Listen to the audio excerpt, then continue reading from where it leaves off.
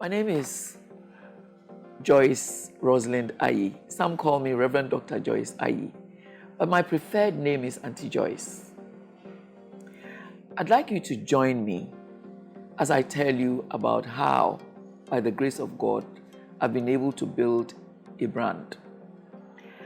We're doing this together with others because we'd like you to get interested in how to build a brand. Our main conference is going to come on in 2022. This will be an in-person conference and a paid event. But we'd like to invite you to what we're doing this year, which is through the digital divide. So you can join us and enjoy everything. This time, I'll be speaking with names that will inspire you. When they talk, you will know that you can build your own brand. You don't have to be like somebody else. I think part of our problem is that we should become like somebody else. And I know some of us are interested in saying, this is my role model, this is my idol. It is good, but only to learn and become who you must be. So why don't you join us? 2022 event will be a wonderful one. You won't believe those who will be coming to speak. Ajiti Anand will be there. Papa Arkest will be there. Reverend Ugbami Tete will be there. And Michael A. Potter, Brand Reset, is also going to be there. It's going to be a major event, and I'll encourage you to be a part of it. Why is branding so important? You know, almost all of us have gone to school. Almost all of us have got university degrees. Almost all of us have master's degrees and so on. But what sets you apart from the others? It's something you must think about. Whether you're in banking, whether you're in teaching, whether you're in medicine, you have to have a brand. There has to be something that sets you apart and makes you the go-to person when it comes to a particular area of expertise. Don't miss this year's brand conference. It's coming on August 25th. That is Wednesday, August 25th. See you there. Hi, my name is Ajiti Anand. Branding, I get excited when it's branding time. And join me as I give you insights to my brand, how it all began. It's still a work in progress, and so we're still on that journey. It's going to be exciting. Just get to know that being you is most important, because then you have a purpose that you only can fulfill. So I would want to encourage you to join me on the 25th of August. It's a Wednesday, where I share that with you. Not only me, there are the professionals who are going to share their experiences and knowledge with you, like Dr. Joyce Ayi, Papa Arkest. But here's the catch. The virtual gives you an opportunity to win anything. That is, if you participate in the virtual, which is on the 25th, as I said, and you can win a ticket to the paid event, which is the main event where you have a face-to-face interaction with all of us. So you take care. See you on the 25th. Hey friends, don't you get frustrated when people misunderstand, undervalue, or misjudge you? Especially if they are looking at you through tainted glasses. This is what we call communication barriers. And in communication, there's a whole strategy for working against these barriers to get your message across. You can think of personal branding as the process of communicating your value or your brand to your audience. And with the experience I've gained over the last decade, building on my communication expertise, I'm going to use these tools to help you to build your personal brand. So join me next Wednesday on the 25th of August as we explore tools that we can use to enhance our personal brand. I won't be engaging with you alone. I'll be doing so with other known figures like Ajiti Anand and Auntie Joyce Ayi. Make it a point to connect with us, because this is merely a teaser. This is the virtual brand conference, which is a prelude to the main brand conference, which is going to occur next year.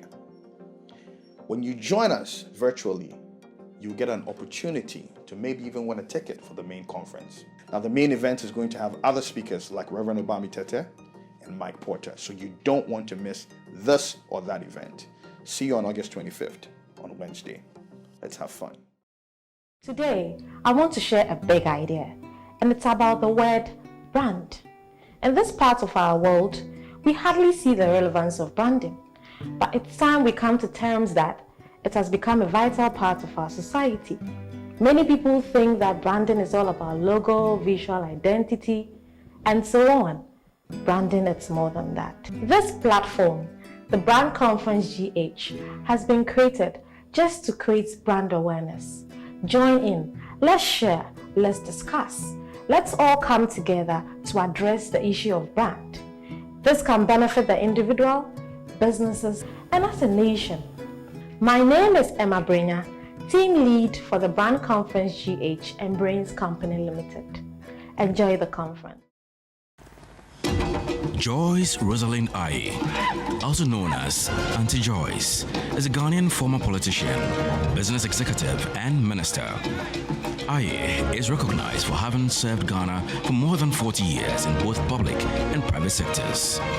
She is the previous Chief Executive Officer of the Ghana Chamber of Mines and was the first woman in Africa to have held that role. She has also held political roles in Ghana from the early years of PNDC government. She's currently the Executive Director of Salt and Light Ministries, a parachurch organization. She's an honorary council member of the Ghana Association of Restructuring and Insolvency Advisors. This has been her role and a brand as such. Ladies and gentlemen, please welcome our speaker, Dr. Joyce Aye, speaking on My Brand Story.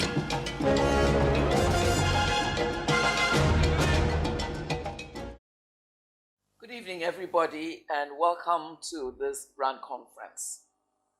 We've been told that this is a prelude to what's going to happen next year. You have to be there. One of the things I'd like to pride myself on is that I like to speak without notes. But you know, in this age of knowledge-based everything, I have to learn to do a PowerPoint presentation and talk about introduction and so on. So come along with me. This evening, I'm going to do a PowerPoint presentation. So I'll introduce the program. As far as I'm concerned, what I'm going to talk about, I'll talk about my journey and my strive for excellence. I'll talk about key ingredients for brand success. I'll give some suggestions, and then I'll conclude with you. I trust that we all have a wonderful time. For me, this is also a learning experience because I'm going to listen to others as well. To say that branding matters, I suppose, is almost like a cliche. But it is true. It matters, and it's not only at the level of corporate organizations, but it is also at the level of the individual. Because the way we present ourselves has a very profound effect on how people perceive us. It's not just our body language or how we dress. The internet has presented people with countless new ways to bolster their personal brand, or perhaps completely ruin it. Personal branding is what shapes the perception of an individual in the eyes of the public. And personal branding is all about building your personal reputation. And the reputation is not just what people see on the inside, but it has to be a reputation that is grounded in integrity. So what people know of you in your private life is what people ought to know about you in your public life. Essentially, your personal brand is the story that's told about you when you're not in the room. Isn't that scary? That's why it's very important to have a good brand. So, let me say something which is quite unusual of me, because I'm going to quote something that somebody said. And the date is April 9th, 2021. And it is by Enimila Shong from Graphic Online. And this is what Emil said. It is impossible to write about Joyce Ayi in the Daily Graphic. In this column, I cannot go beyond 700 to 750 words. The number of boards she sits on alone are enough to fill that page. To add her academic, professional, and religious or personal accomplishments in governance, leadership, public relations, and management, that will require 2 pages. Reverend Joyce Rosalind Ayi belongs to that class of those special people about whom you cannot write or talk without borrowing some superlatives. For her, every assignment is a pursuit of excellence.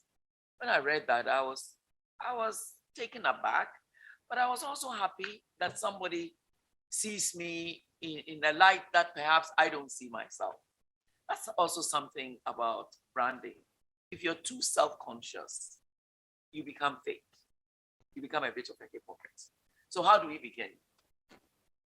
Years of commitment service to mankind, and I dare say womankind, has been a way in which I've been rewarded by attaining an outstanding brand. So what has my journey been? I would say that self-discipline is one of the keys to integrity. We need to know our strengths and our weaknesses. We need to remove temptations. We need to become acquainted or identified with virtue. And we need to remove stubborn habits, stubborn traits that would become like the fly in the oil. So I want to quote from Plato. The first and best victory is to conquer the self. You may wonder why Plato would say that. That thing about you called self can also be a hindrance. It can stand in the way because it can make you so self-conscious that you will not do what is right, because you will almost destroy yourself because the attention is on you. A brand is not about attention on you. A brand is about the things you do which are so impactful that others can learn about it. And that's why I agree with Marcus Aurelius, who says you have power over your mind, not outside events. Realize this and you will find strength. Which is to say, if the self becomes your focus, then outside events will affect you negatively. But if you realize that the power is within you, then you gain strength and you move along. So, my story and my journey cannot be anywhere accurate without the source of my strength, which is my greatest brand. And I'd like to unequivocally say that I have gained my strength from my relationship with the Lord Jesus Christ. And so you can see here on my PowerPoint, I've done a cross. But the Lord is my rock. He's my shield. He is my helper. He's the one who gives me knowledge. He's the one who enables me to recognize his power in me and use it properly. I'd like to recommend Jesus Christ to those of you who don't know him yet, even though we are not here to preach, but I cannot say anything about myself without talking about the Lord. I'd like to talk about being people-centered. And this really means building trust and having a clear vision for an individual to enrich the lives of others. You know, life is meaningless if it's all about you. We are here to actually impact others as others also impact us. We need to build better people who will then build better organizations that will ultimately create a more just and caring society. You know, we were created as a community. No one is an island. And I dare say that even an island is not alone. Without water, an island cannot be an island. So my journey has been about optimizing opportunities to the benefit of others. But I've also benefited tremendously as I have sought to benefit others. And I've done this through understanding, through empathy, through compassion, through love, and a strong belief that no one is hopeless and that there is hope for everyone. So we can achieve these in 3 ways. Personal connection. You need to bring people closer to you. Today, somebody was telling me that somebody wants to meet me, but thinks somebody else should introduce him. Even though he's been told, take a phone and call Auntie Joyce, she will respond. So we need to break the barriers all the time and make people feel that they can come to us, they can approach us, that we are ready to meet with them, meet their needs if possible. And that we need to be authentic. Stay undiluted. We need to be really, really authentic. And authenticity has a lot to do with integrity. And then elevate people to action or a new understanding. These are things I've had to do as I have seen the power of people resourced, empowered, and then encouraged and motivated to be the best that they can be. So let's talk about authenticity. Who am I? Understanding who I am has been very, very important. And it's been a long journey. It's been a long journey. But the wonderful thing about journeys is that there's always something new to learn and unlearn. So I've had to interpret clearly the things I like and the things I do not like. And then I've had to define the boundaries. What are the off limits? This is really very, very important. And then, there are certain habits that you have to rebuke. These habits can be very unrelenting. They come at you all the time. I think in the Bible somewhere they talk about it as besetting sins. So you have to know this and assiduously work towards rebuking these. So what have been the key ingredients for my brand success? I am driven. Somebody was asking me whether I'm retired. Yes, I'm retired in the sense that I don't earn a monthly income, but I'm not retired from anything. The drive is still there. The drive to make an impact, not for myself, but the drive to let people know that God wants us to be at our optimum best. And so, through me, He can reach to other people. Our life should be transformational. We're not supposed to be just about ourselves. Number 2, I also want to be unique. It's true, there are no two people like me. And my fingerprints teach me so. This has nothing to do with arrogance, but you need to be unique. Nature teaches us that. And even the way we are created teaches us that there is uniqueness about us. So there has to be a certain personal style that I think reflects who I truly am without exemplifying somebody else. And one of the things I have done is the clothes I wear. I am, how shall I put it? I'm fiercely Ghanaian. Fiercely Ghanaian in everything. I think that Ghana is God's Eden. There's everything here. And so as much as I can, Everything about me has to be Ghanaian, including my short hair. And because of my age, I've tinted it a little bit to be slightly whiter than my own grays, but that is also part of the brand. I have strong points of view. I always have a point of view. I listen to other people's points of view. And when we can agree, I readily agree.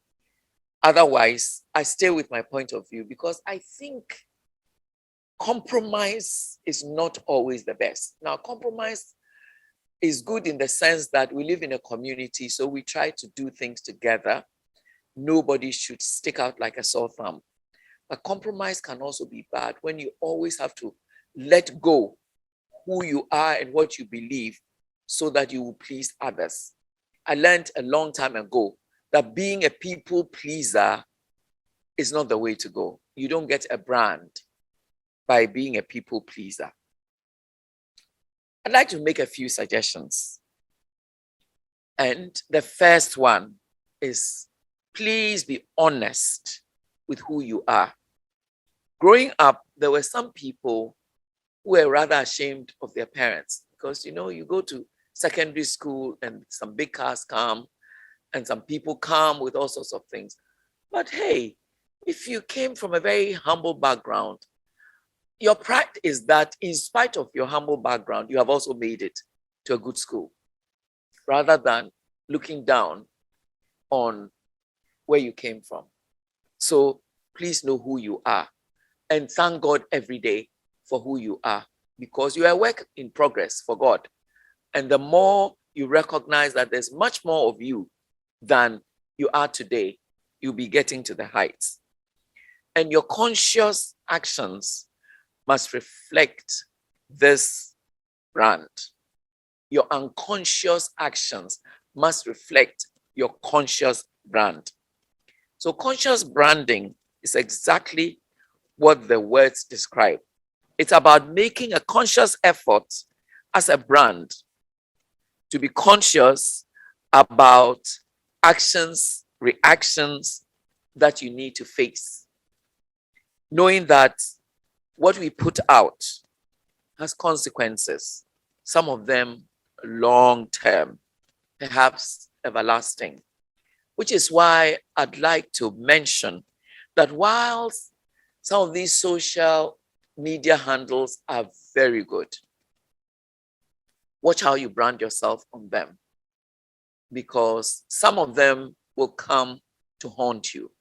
I've known people who have been so liberal with what they put out that they have had robbers and bad people come at them, because some would show the inside of their house, they would show the cars they have, all that, Now, you're not in competition with anybody. That's why you have a brand.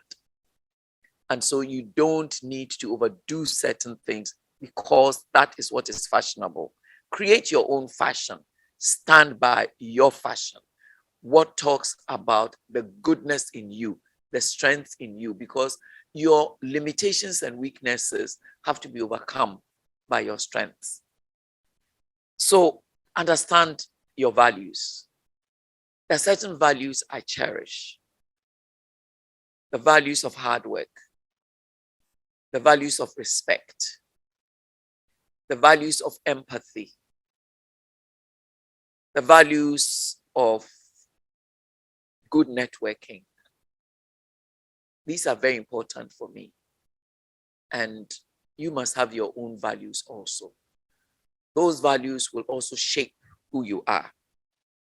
And when you want to brand, start yesterday. It's the best time to start. Recognize that it is urgent. And then make it a point. Number 3, to stand for something. You have to believe in something. There are young people today who come and they say, oh, I would like you to find me a job. And then you ask, what would you like to do? Says anything. There's nothing called anything. You have to stand for something. And it doesn't matter what educational qualification you hold. If you come and you say, I really want to be in the food industry because recipes come to me readily and I want to put them into practice. Yes, you may have a master's degree, but who says master's degrees don't make good food industrialists? Think about it. So stand for something. Focus on your greatest strengths. Whatever we do, our weaknesses, and we have them. We have flaws, we have weaknesses, but we build to overcome them. And that is really what God is also doing with us. In one of the verses in Ephesians, God says we are his workmanship, which means that he sees us, the end product in God's, our end product in God's eyes is a masterpiece of art. But the artist starts and puts the strokes and things like that. So as God is working on the strokes, we are also making sure that the things that will spoil the masterpiece are downplayed. It's very important that we do that. Disable negative temptations. Be zero tolerant of negativity. There's so much of it around. Don't get caught in it. I am an incurable optimist. It doesn't mean I don't understand reality. I do. But I think there's a problem-solving aspect of every one of us. When you recognize a problem, it is because you know there's a solution. And it doesn't matter if you think people are not going to like it. Try it. Yours may be the best solution in the situation. So we have to be optimists. We have to recognize that life is not gloom and doom. Life is joy and happiness. But we create them. We are part of creating these things. It's not somebody else. It has to be you. So please be zero tolerant of negativity.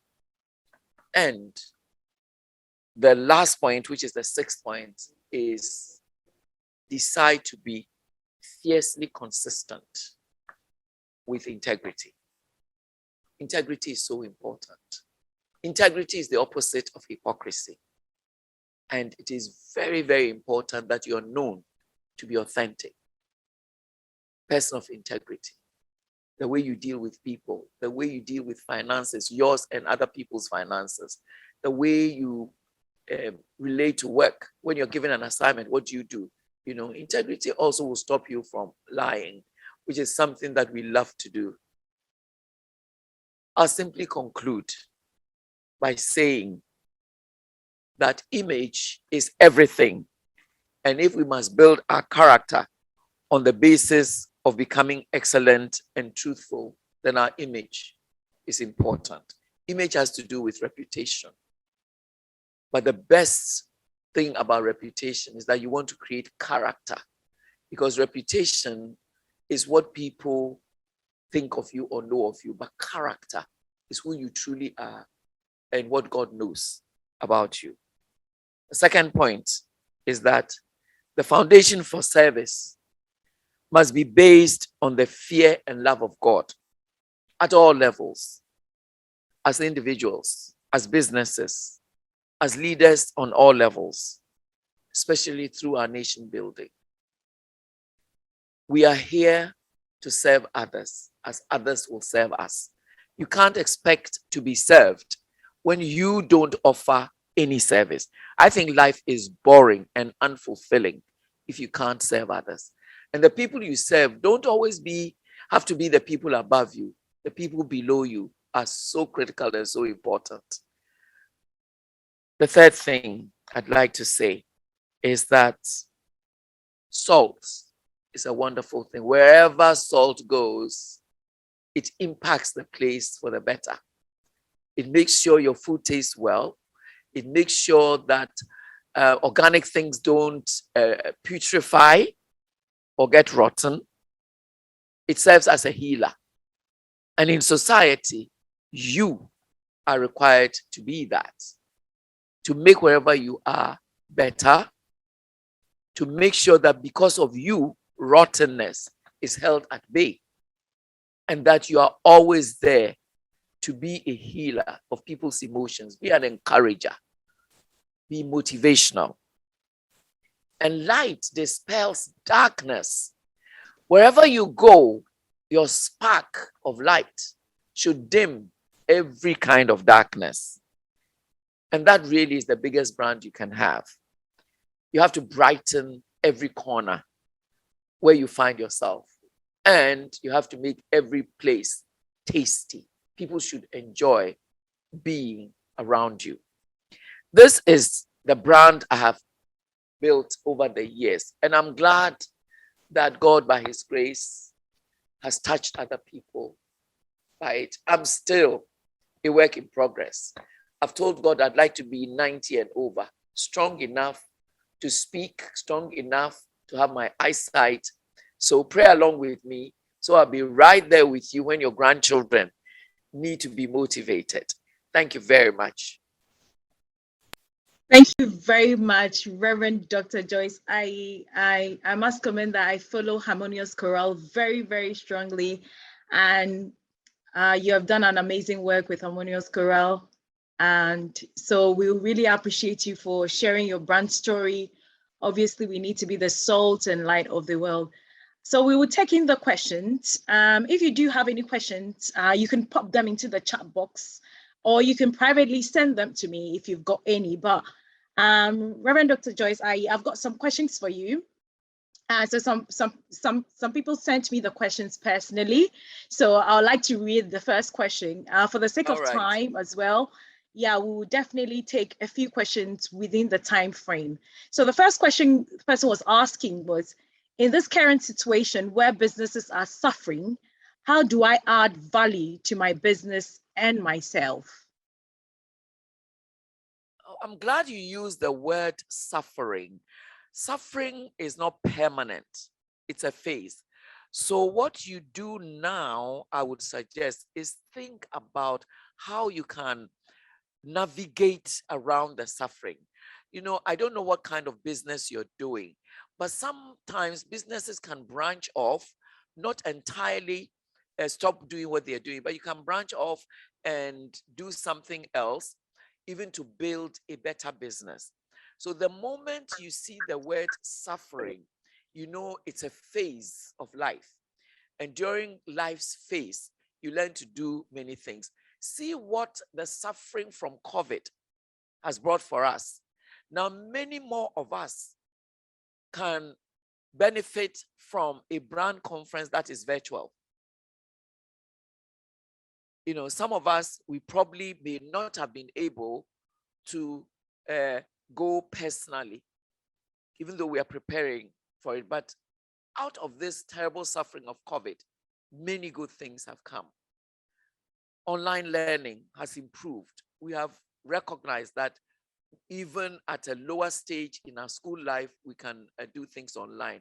Because of online learning, there's an expansion in the numbers of people who can go to school, or even how much work can be done from home whilst you take care of your family. So the suffering ought not always be negative. But one, recognize that it's a phase. Two, recognize that you can always navigate around it. And three, be ready for the new opportunities that come. That will be the value addition that you bring by thinking outside the box, or somebody says outside the window. Great. Thank you, Reverend Joyce. So someone is also asking that, obviously, Auntie Joyce, your end reward of your branding looks great, but how was your beginning like? My beginning was ordinary and difficult. I lost my father to death when I was 7. So my mother had to raise us, 5 of us, and it was not easy.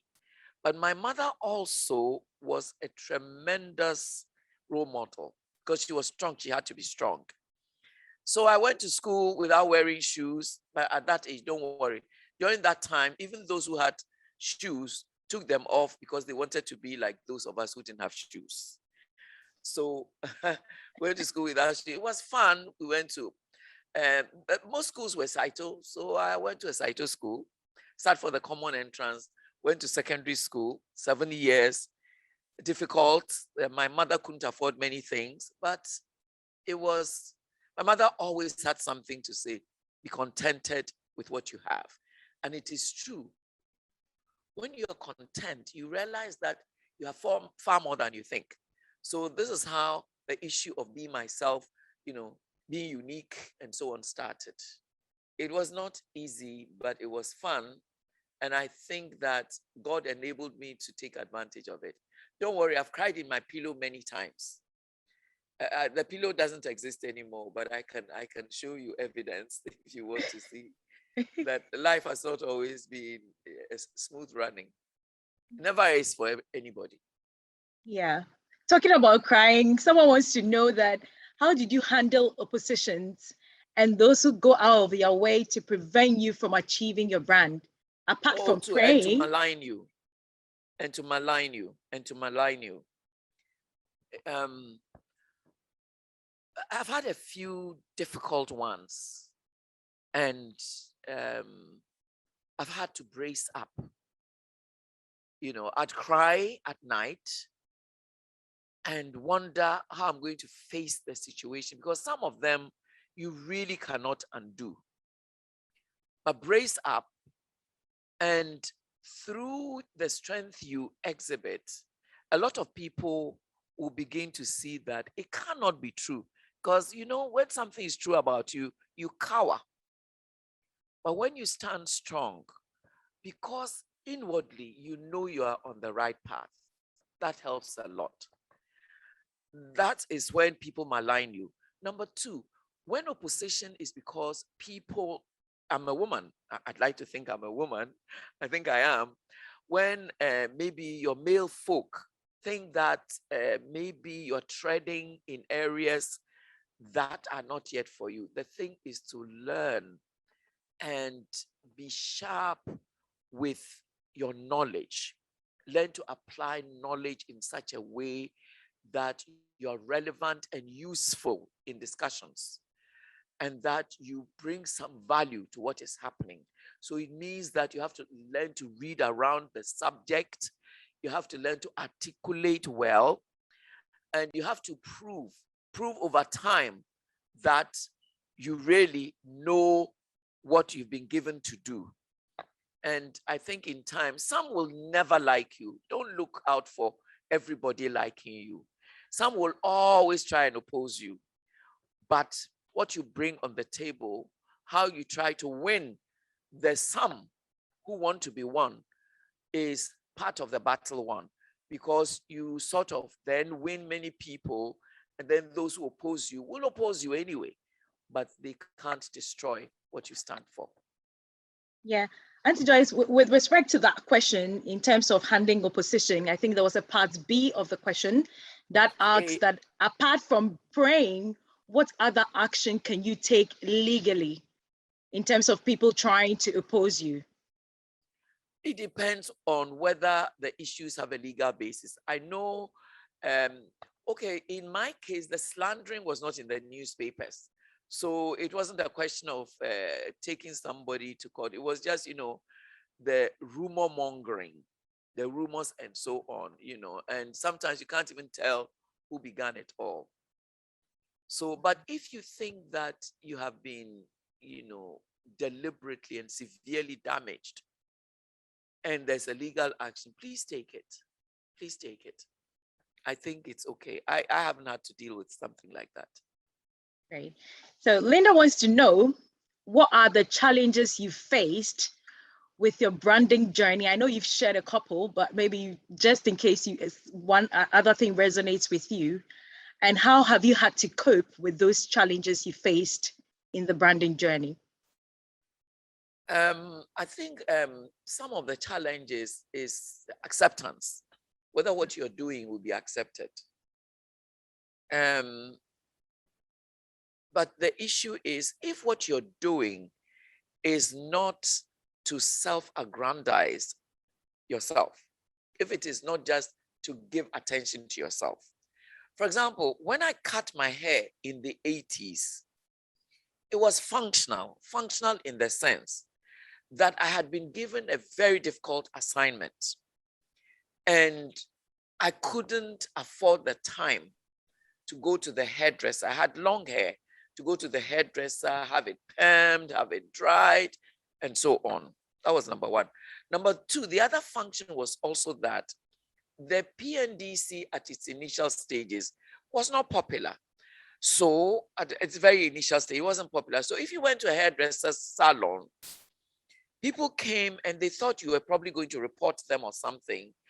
So you didn't want to spoil somebody else's business. So the best thing was to cut my hair and have a barber come to my home to barb. So that people thought it was crazy, it wasn't good, but there was a reason for it. So that's how you build your brand. The brand is not just about you, but how can you effectively play your role as you use this brand? When I started wearing very local fabric, at that time, also in the early 80s, fabrics were difficult to come by. So most of us had to wear tie and dye and batik. And there were names, derogatory names given, but I didn't stop. And after a while, because I was very stylish in the way I made them, it caught on. So again, that too was functional. I could barely afford a GTP fabric because there wasn't much of it around. I was a young lady. I wasn't earning that much, even though I was in the political arena, I wasn't earning that much. And I really couldn't afford to buy fabric that I could, but tie and dye, you could go, you could choose the colors you wanted. And it was also industry. It was people making a living, bringing their creative activities. And so for me, I bought most of it because I wanted to more or less become like their brand ambassador for their, to advertise what they were doing. And some of the designs were extremely wonderful. So that too was more or less functional for me. So, and when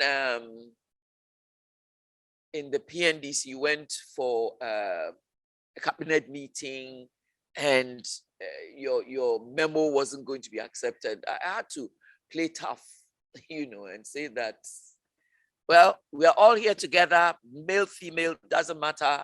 Sometimes you have to have some bravado and blaze through it.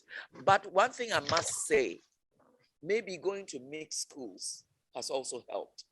Maybe growing up with a mother, a strong woman, has also helped. I have actually never felt intimidated being in the midst of men. I haven't. So that's also useful. I think we need to stop feeling intimidated. They are not, our enemies, so I've never felt intimidated. That has been very, very useful. And so I don't remember many challenges, I'd like to say. Yeah. Okay. I think for the sake of time, we're going to take just 2 questions. I can see some questions popping on. So just 2 questions within your time frame. So okay. Linda wants to also know that what advice do you personally have for women who are also on the brand journey? I'd like to encourage all of us as women, I'm still on the journey, to stay focused, especially since you are not branding yourself for yourself, but you're making a statement of value to society. Think of how many young girls would like to know that a woman can reach to whatever height and be still a well-groomed, well-spoken, beautiful woman. So it is about us stretching our hands down to lift our sisters up. So it's no longer about ourselves alone. Let's do it, and let's do it well. Let's focus. Let's focus on this, because in the final analysis, we would have brought many people along because we stood firm. Linda, let's stay on the journey. You fall down, apply gentian violet on your wounds and move on. Okay. So the last question from Ruben, he's asking that in your branding journey, have you ever felt like giving up? If no, what was your motivation? I think the motivation has always been, how can I add value to society? Mm. So if I'm adding value to society, then you can't stop, because society is always there. There's the older generation, there's your generation, there's the younger generation. And everybody gets impacted. Even people older than you do get impacted when you do things well. When you brand yourself, they do get impacted. Your peers will also get impacted, and people who are younger than you will also be impacted. So really, you cannot quit. The stakes are too high. Society is depending on you. God has placed you here for a purpose. And so focus on the purpose and focus on the fact that people are there to help you along. And that is why hearing stories is also important, because then you know that really what you're going through is not unusual, and that there are people who can tell their stories for you to be encouraged and strengthened. So Ruben, there's nothing called quitting, not on this journey. The end is what we're looking for. You can't go back and you can't turn to the side. So the focus is to go to the end. Thank you very much, Reverend Dr. Joyce Ayi. If you're just joining us, you just missed Reverend Dr. Joyce Ayi. If you want more of this, obviously, we are looking forward to having you on 2022 brand conference, and trust me, you'll be having Reverend Dr. Joyce Ayi around with a couple of workshops, seminars, practical sessions, one-on-one sessions, and you can ask all the questions and practically present your brand to them for them to reshape you and revamp you. So look out for our social media handles for 2022 brand conference. And thank you so much, Reverend Dr. Joyce Ayi, for joining us. Thank you very much. And for all of you at this conference, I wish you the very best. Beyond the sky is our limit, and we'll get there.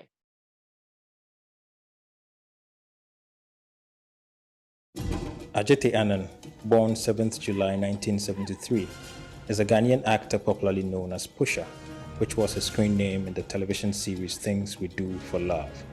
Ajete is a multiple award-winning film and stage actor with over 22 years experience in various forms of theater and screenplay. Ajete is a graduate from the University of Ghana and Wits University, Johannesburg, South Africa. He is currently a lecturer at the National Film and Television Institute, NAFTI, teaching at the bachelor's degree, diploma levels, and handles acting certificate. Ladies and gentlemen, shall we welcome Mr. Ajete Annan as he speaks on the topic, Be Your Own Brand. Hello. Hi, everybody. Welcome. Hi. It's definitely an honor. It's a privilege to be here, but I must say that Dr. Joyce Ayi has made my work very easy, and I'm so grateful. Such a phenomenal lady who is an inspiration to my generation and of course yours as well, I hope. So thank you once again, Auntie Joyce. Well, because of time, would continue where Auntie Joyce left off. I'm going to share with you the topic, Be Your Own Brand, and relates to my journey, especially in the entertainment industry and my personal life as well. And so let's get on with it. So introduction. So we're going to have our content is going to be on introduction, image and brand, character, trailblazers, the process, no shortcuts, purpose to fulfill, and then addition to value. So these are what we're hoping to look at. Right. Just like Auntie Joyce, I never hide the fact that all that I've gone through has not been by my own skill, not been by my own doing. It definitely has been by the grace of the Creator, God Himself, and so I give Him all the acknowledgement and thanks. And so for me, starting from a place like God's image is just right. We're told in the Bible tells us that God created us in his image. And for me, it's such an honor that he bestows upon us. I mean, if you look at God in his his omnipresence, his omniscience. I mean, sometimes our mind is too little to contain such a spirit. And as people will say, you can't think far. I mean, there's no way you can grasp his wholeness. And for me, that honor that he bestows upon us is a blessing. And when we look at his morals, he being a spirit, and then his intellect, and he gives us a free will. And if you know, people have argued that free will is actually dangerous, especially in a world that we have today, where people will do, every now and then we wake up to outrageous stories, people doing things, unthinkable things, killing for flimsy reasons, stealing here and there, and just because we have the will to do so. But he, knowing that, he gives us something that guides that free will, and that's the conscience. He provides conscience to guide our free will. Why is the thief coming at night to steal? Why is he stealing when nobody is watching? It's because of conscience, because he or she knows that when I'm caught, I'm going to be arrested, or in some cases, sadly, beaten or lynched. And so they're going to do this at your blind side because they have conscience. God has given you that conscience that he has placed in us, so that we can be responsible for the choices we make. We can be responsible for our actions, as it were. Great. Now, that's the premise. Let's move on to image and brand. Image in this context is you and I. And then brand is, in this context, we can say what you sell, what you're passionate about, what you want the world to know about, and the gift that you have, the talent that you have. And so that's how we're going to operate, as far as this heading is concerned. So the question I want to ask is, what do people think of you when they hear your name? I mean, somebody comes to you and says, a friend says, Charlie, I just met Akosia. And then your friend goes like, Akosia, which one? Akosia Freeman. Cha, Kai. I mean, just that. If you're sitting back and you hear this conversation, you eavesdrop on this conversation, you definitely know that Akosia has trouble. So definitely she must have made certain marks that may not be pleasant, may not be anything to write home about, and so that alone, the name alone has sent you so much information. But in that same breath, if on the flip side you have somebody say, "Oh, you met Akosia? Tell me it's Freeman. Oh my God, that girl is super." That's it. That's the difference. And so this also tells you that this Akosia definitely must be somebody who is, respectful, humble, kind, has done all that our mothers and fathers would want their children to do or behave like. And so when your name is your brand, and you cannot soil it, because the moment you soil it and you stain it, then it affects any other thing that you do, as you go along.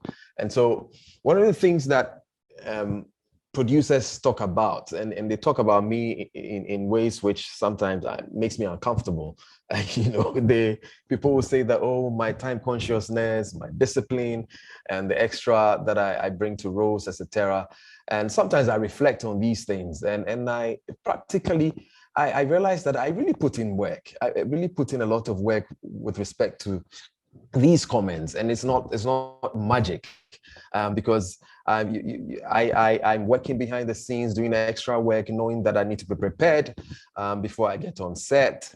done my homework well, extra reading on materials that, as an extension for what I've given, and not just being limiting myself to the script that I have.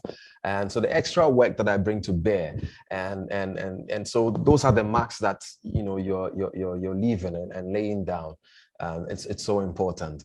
Now, conforming to the image of God, being Christ-like for me was the first step. And and as we said in the beginning, if God has made us in his image, then it goes to say that we are supposed to be at least pursue God's attributes and transmit his image in our works and in our living.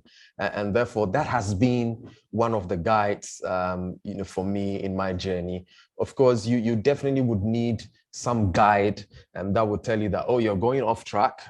Stay focused on your purpose, stay focused on your passion, and so that you don't get you're not all over the place. And that is why one of the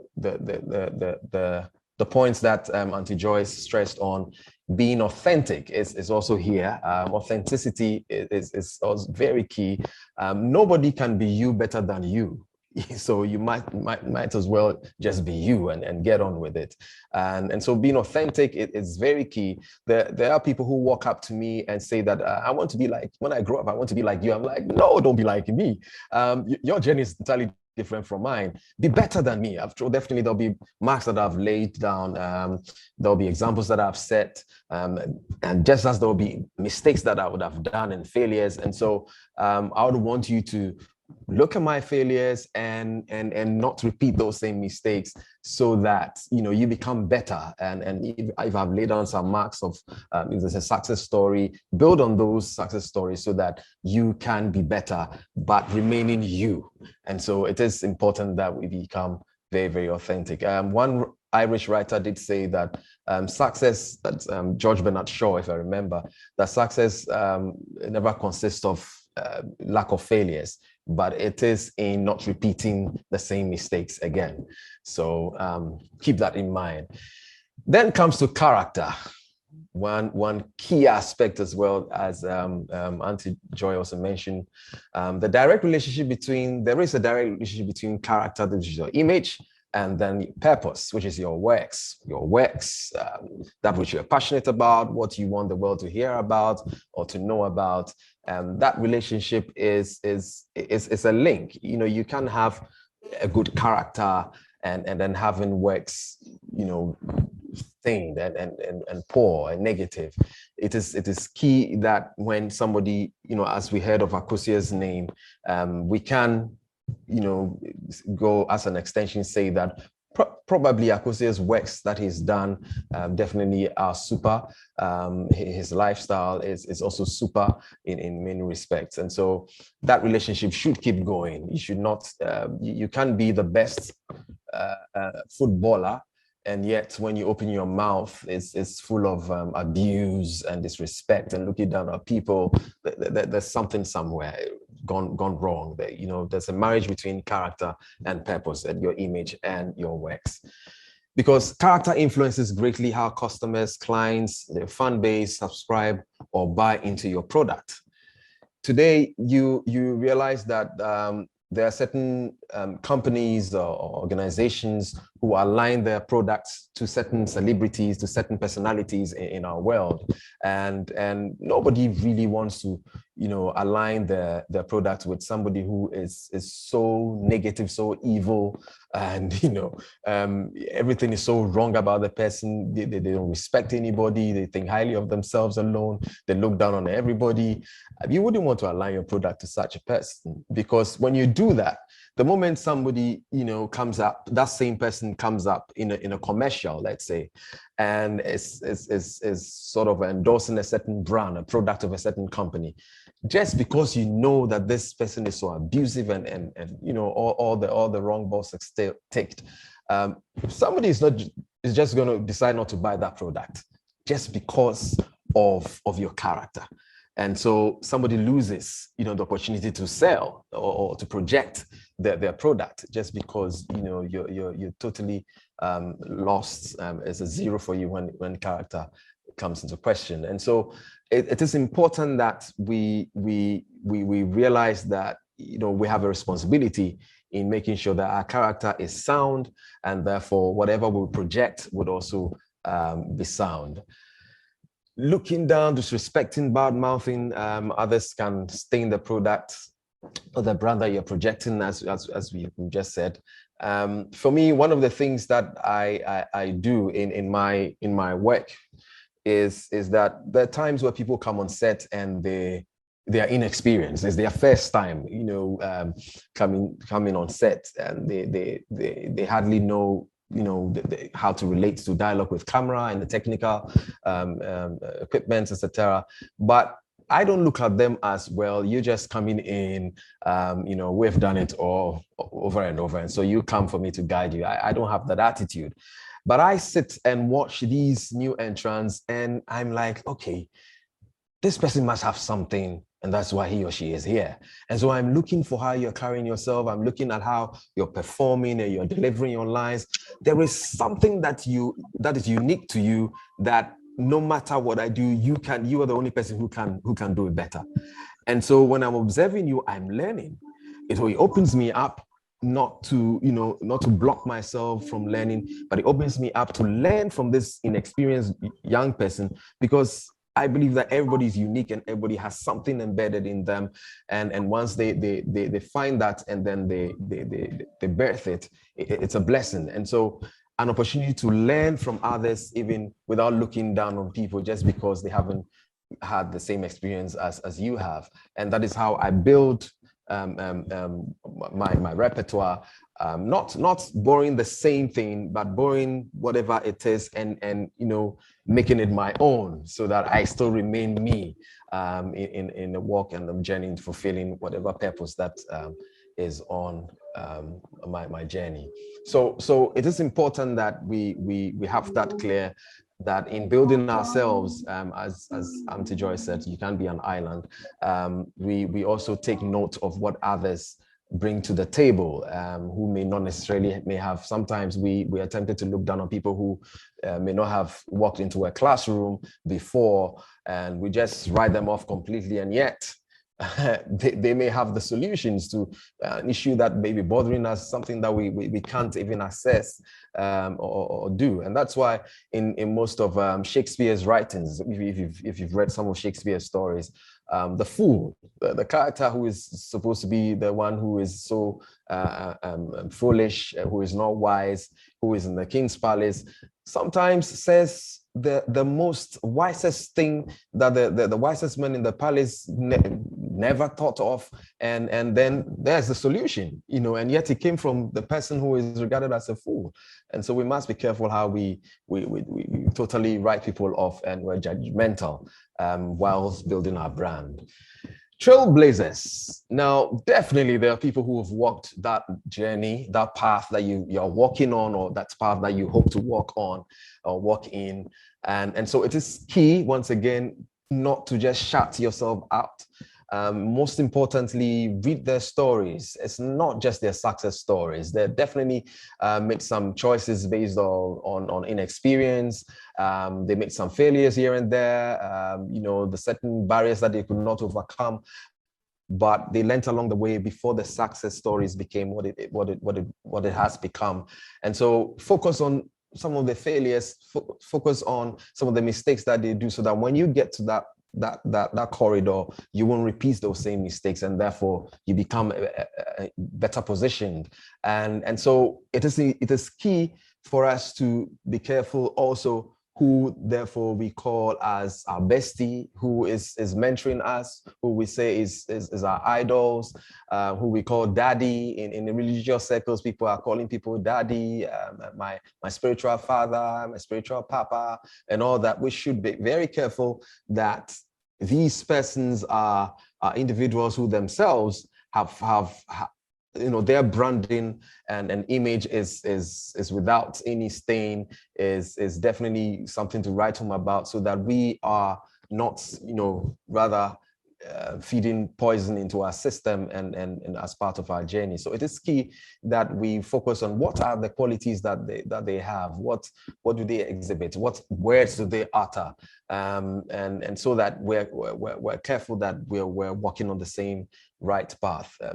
It is important that we whatever we do, we're making sure that we're adding value to our branding, because it's easy how people begin so well and then along the way they just fade out, and so just know that you can't be an island, you must engage, but make the right choices, make the right decisions as you go ahead. The process, no shortcuts. The process is one of the areas where it's tough, because then, you know, people in this, our world has become very, very fast-paced technology. Sometimes I'm watching cartoons with my son, and everything's so fast and so, you know, on as if we're sitting on coal, hot coals, and it's very, very alarming. But in the process is not always a speed thing. Sometimes it's a journey, a whole long journey. And as we have here, some are doing the 100-meter sprint, whilst you may be required to do the 1,500 meters marathon. What it means is that you cannot be, yes, watch others, look at what others are doing, learn from others, but also making sure that you are not running other people's race, because their journey and their story, you don't know. And therefore, as they zoom past you, don't feel like, hey, we're all in the same space, we're all having the same opportunity, but why is somebody going so fast? I have to get there too. No, their journey is the 100 meters dash. For you, you're going to 1,500, and which means that you need a tactful race, a technical race, so that you do not burn out way before your time. And so it is important that we run our race, and we do not run our race by their pace, so that we don't have challenges. Trusting God's timing, where all things come together for good. It is key that we trust God's timing, because he has a big picture, he has a big design. And in my work, I've learned a lot with respect to that. There are times where you know that this is an opportunity that you must, you know, it's just, you praying for that opportunity, and then something comes your way and you know this must be it, even when it is not, and you want it to happen here and now. Well, that here and now is not yet in that part of your journey. You haven't come to that point yet. And so once again, you have to be in the process. No, I mean, you can't love diamonds and hate digging. I mean, you can't want the beautiful gold without paying attention to the fire that should mold it into that, you know, beauty. And therefore, there's work to be done within the process. So, for example, I mean, when I talk about trusting God's timing, and you know, I've learned that not all that is good is of God, or from God, in building my brand. There was a time when I had this lucrative deal, and I'm sure those who have listened to me over the period might have heard about this story, where my wife and I were praying so much because we needed a certain breakthrough financially, and so much to do. And then I get a call, and it's from this alcoholic beverage company. The contract is huge because it was a new concept that they were doing, and they wanted me to be a part of it. They were tracking me down from Things to Do for Love, the series, when I was younger, way up to now, when it'll be a couple of years back, where I've gotten to with my brand. And the script that they shared was great. In fact, it would have made so much impact. But then, you know, I was also in mentoring young people at church. For example, I was a facilitator, mentoring these youth, because they've taken lots of the guys are taking to liking me because they see me on TV, and you know, I'm pusher and all that. And here was I confronted with this contract where I'm being told that I'm not going to drink the alcohol, and so if that's the problem, it's going to be a no. But then at the end of the day, when the commercial is done, there's going to be the name of that company. What it means is that I have endorsed it, even though I have not drunk anything. And so that's an endorsement. Now, supposing, this commercial comes out, and definitely some kid at service is going to go like, hey, Mr. Ajete and Uncle Ajete, we saw you in that alcohol advert. You said we shouldn't drink, and immediately you're thinking, oh my goodness, images are also very powerful. It's not what you really say, but what you do and what is printed in their memories. And therefore, commercials are one of the things that leaves an impression in our minds. And therefore, I didn't want to come in a place where these young people were in a dilemma. I've been telling them, focus on their books, no drinking, no alcohol, no drugs. And then here was I in a commercial, alcoholic commercial. And so immediately my conscience sets in. And remember, we'll be given a conscience to guide our free will. And I was in a dilemma as to this thing, I need to be careful about it. We prayed about it. The painful thing was that the money was good. It was just what we were praying for, and here it was. Well, not all good things are from God, and we had to painfully reject it. And because I didn't want to have that conflict in my mind, and also have any young person confused about what I was mentioning them on, etc. So let's be careful that we know when it's God's timing. That means that we need to also be prayerful, because we are representing him and his image through our bodies, through what we do. So that is key. Decline shortcuts to be a Majid or even Okoro or Amake overnight. There's so many people on social media today, or even in our field, who want to be Majid Michelle overnight, or even Okoro, or any of those great personalities that we so love. And therefore, what it means is that there's a temptation to do shortcuts. People laying everything down to, I can do anything and just give me that role so that I can play a major role, etc. Do not lose your dignity. Do not lose your dignity. Do not lose your self-respect. Keep them. There'll be temptations along the way. People will say things to you to just sacrifice your dignity for a moment, sacrifice your self-respect for a moment. And these same people go around and tell the co-workers that, oh, this girl, she's cheap, oh, this guy, she's cheap, and therefore you are stained. Your branding is just totally in trouble. But the flip side is that if you keep your self-respect, if you keep your dignity, these same people go around and like, hey, this girl, whatever you do, crash. She said no. She's keeping her self-respect. She won't, just do anything just for a role, and and stain her image and brand for life. So we have to be very careful. The shortcuts and being readily giving off everything and just for some role. So we have to be careful about that, people. Okay. Purpose to fulfill. Yes, we all have a purpose to fulfill. You're running your race, I'm running mine. We're made in God's image to fulfill a purpose. That is clear by now. But how do we continually make sure that our brand is intact and it's not stained? Now, there are masons, carpenters, interior decors, plumbers, electricians, etc., each playing a specific role to fulfill the purpose of building a house. Performing your part well demands a level of professionalism, discipline, dedication to give your best in making that house a dream one. You're leaving your mark. Now, so many cases, so many times I've gone into people's homes, and the few homes that I remember when we were looking for a place, you go into certain buildings and you look at the work done. You see a sink or the toilet bowl, it's crooked like that, and you're wondering, didn't the Mason see that this thing is crooked? Why didn't they position it in a very, very, and it's all over the place. Tiling is not coordinated and wiring is badly done. I'm like, who are these people?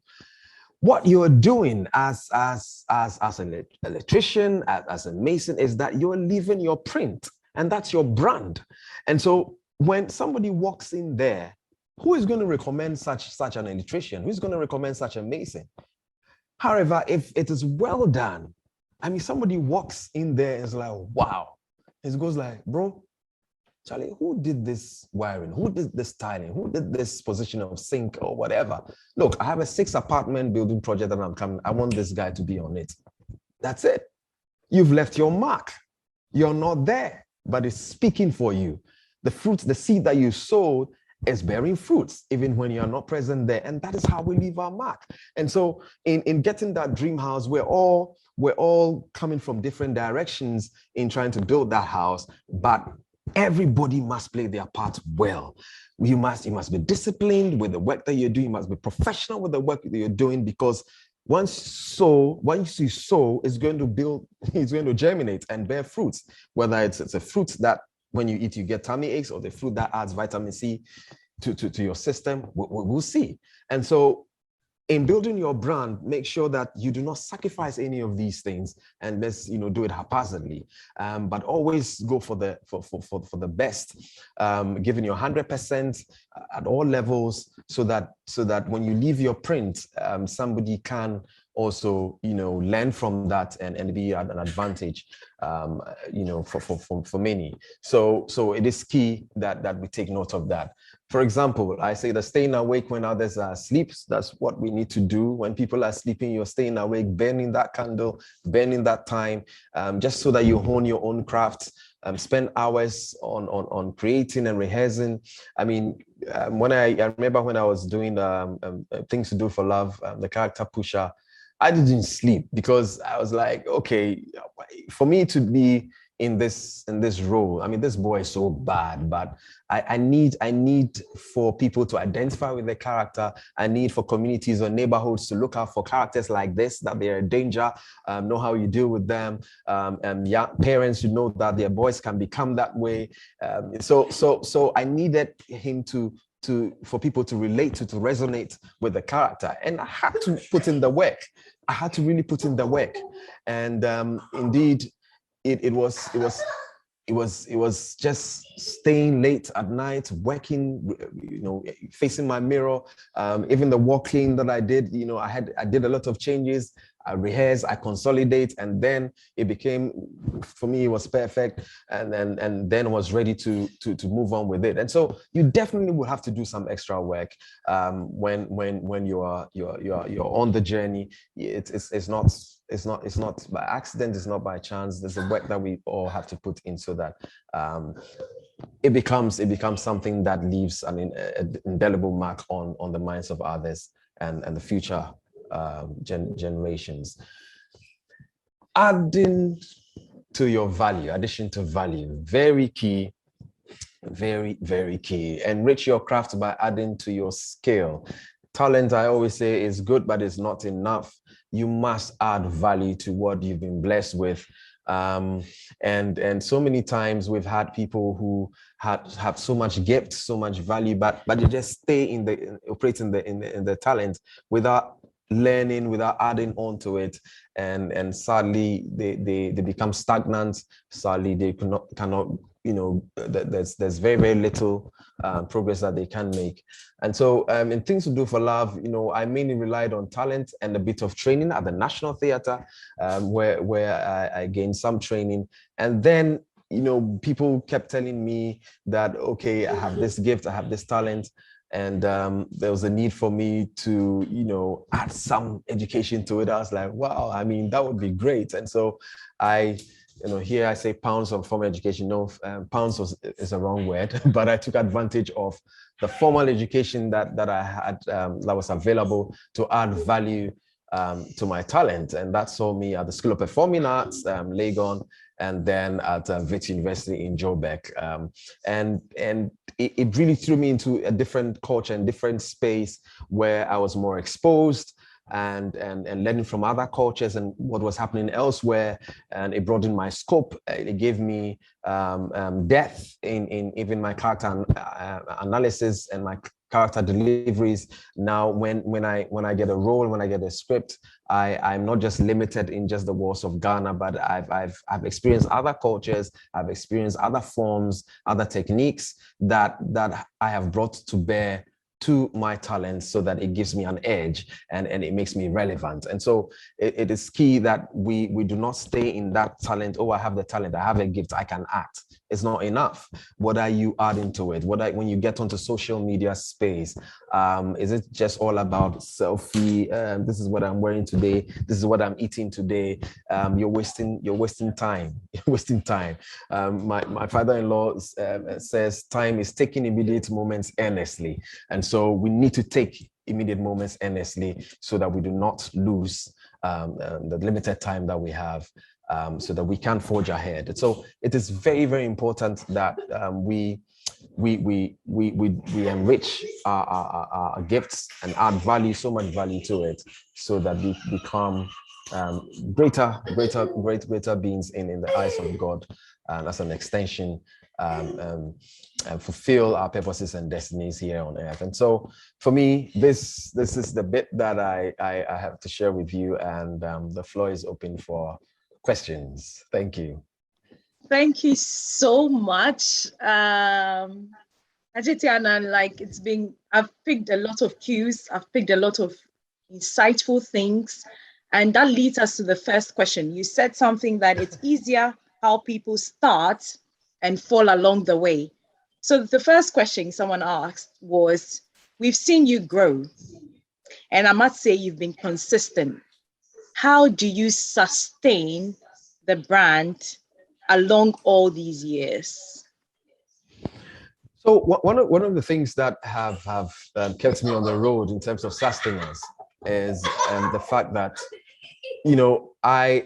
I learn from others, and so there's this temptation to gloat over the downfall of others, and it's a dangerous thing to do, because when people make choices from an informed place or choices that were not, were very bad, it just tells you that can happen to me too, in my journey. And so when I see people who fall along the way or go up the ladder and then they come crashing down, it's scary for me. It's an awakening, and I view those as, look, this can be me, this can happen to me. And so I learn from their experience so that I stay focused, because in this space where we're racing to a pedestal, we're in the spotlight, we easily forget that our blood is not blue, is red, and we feel that we're on top of the world. It's easy to look down on people who are not on the same pedestal with us,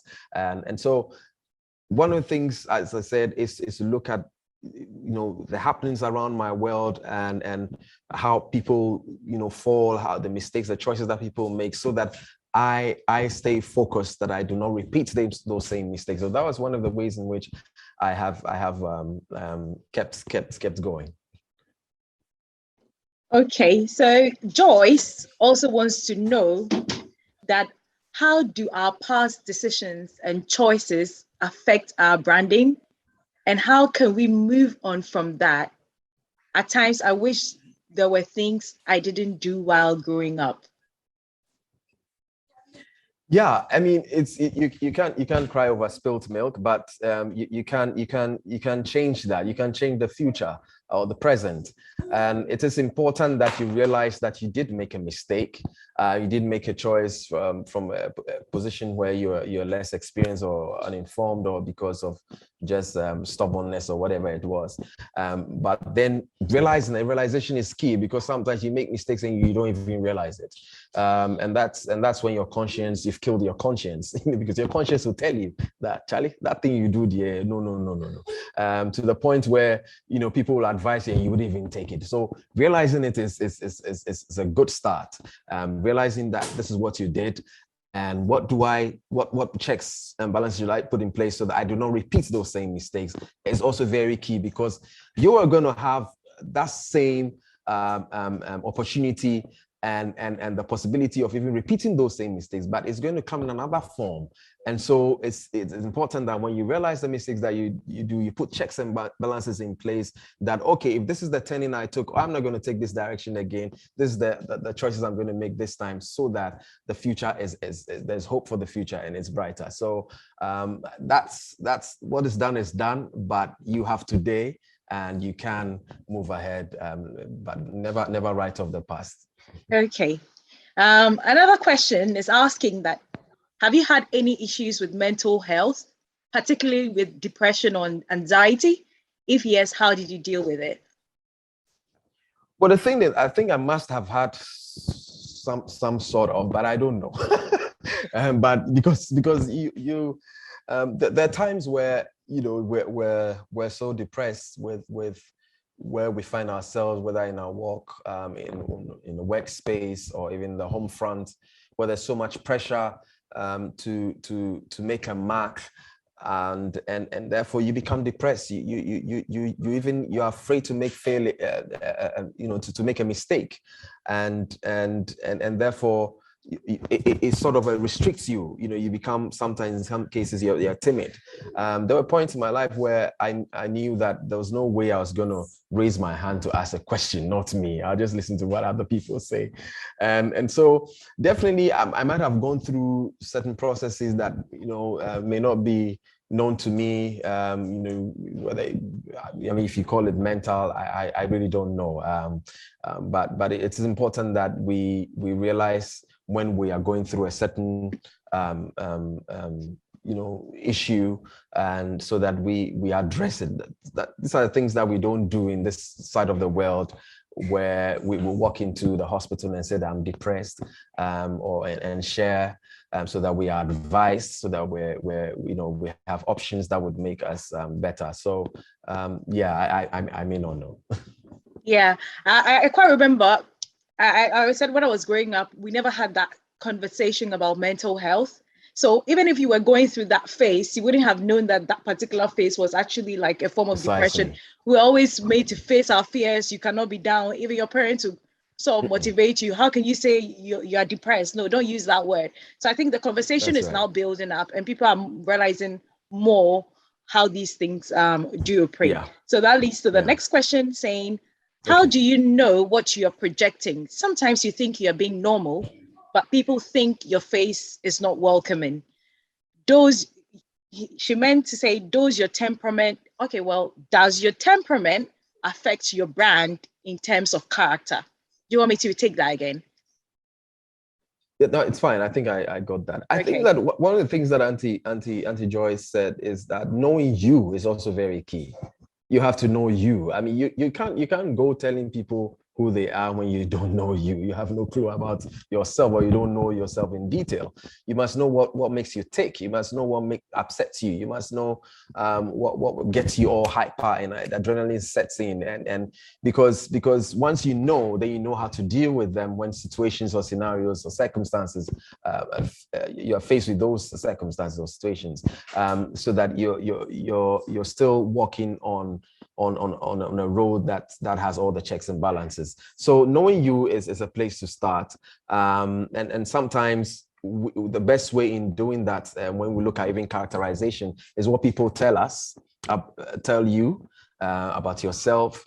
It's don't easily write them off, and of course you don't listen to everybody too, because there are people out there who would be in your good books every day, any day, even if you go wrong, and even if you know yourself and what you're doing is not proper, and there are people who will still sing your praises. They are diehard fans.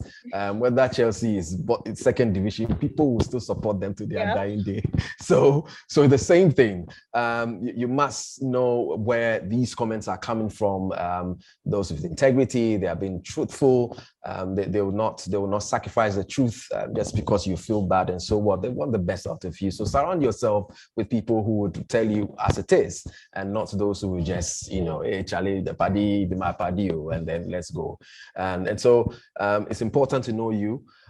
know what your weaknesses are. And that's one of the things that we do not, where we're not true to our weaknesses, especially with men and guys, because we're made to think all this machoism thing. We're not supposed to show our weakness.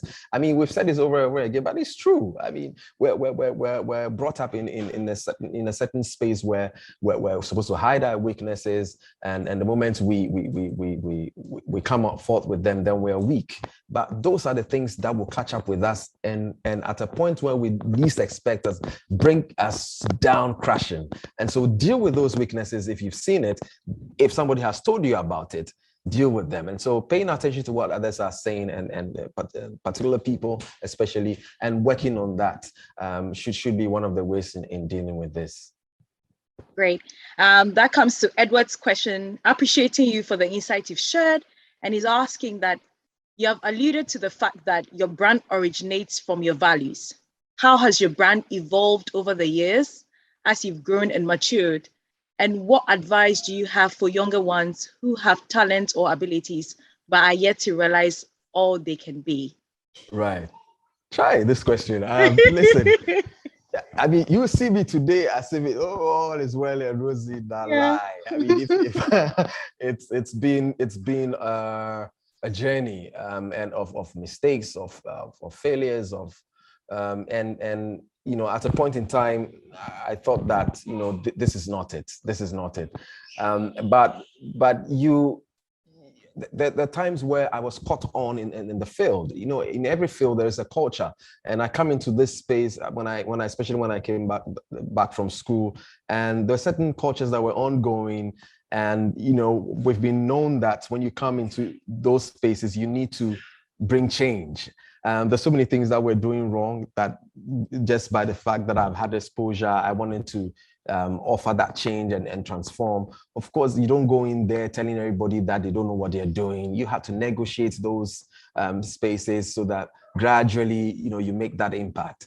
And sometimes because there's a culture ongoing, before you realize you're more like patronizing that culture, and you have to stand out. You always have to come back to the point that your brand, this is your brand, this is your focus. No matter what is happening around you, stay focused on your brand. And so there are times where I've been caught in certain areas, where it's like pleasing my fans, and especially in the era of social media, and one of the ways in which we grow our following, which has become a big thing now, and so people do all sorts of things to trend. That's another subject on its own. But then I was caught in that space where I needed to please my fans, because these are the fans who come out to watch me. These are the fans who are buying my CDs, who are crazy about me and singing my, all that. Hey, look, it feels good sometimes when people are saying good things about you. I mean, be true. And so you get caught in that space where, like, okay, please your fans, to send in an emoji that has a peck, and then you send the emoji back, and then it grows into something else before you realize, hey, where did I get here? So I've been in those spaces. I've brought some pain, some hurt to my wife at home, where third parties seem to be coming in because I have patronized a certain culture in the field. And so it hasn't been rosy. I have learned that you don't repeat those same mistakes again and again.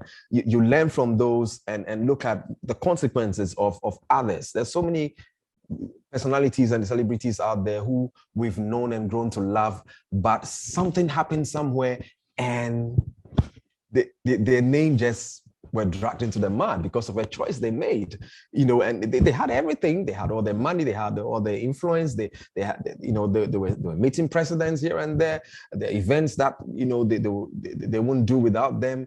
And yet, look at where they are today, just because they didn't remain focused on their brand, they couldn't remain focused, and they allowed the pleasures of this world to eat at the core of what God expects them to achieve. And so lessons around has also grounded me every now and then, that, hey, it could be me. It's not that I'm any special. It could happen to me as well. So this is how I've kept going. So we're still working. It's never like I've arrived. No.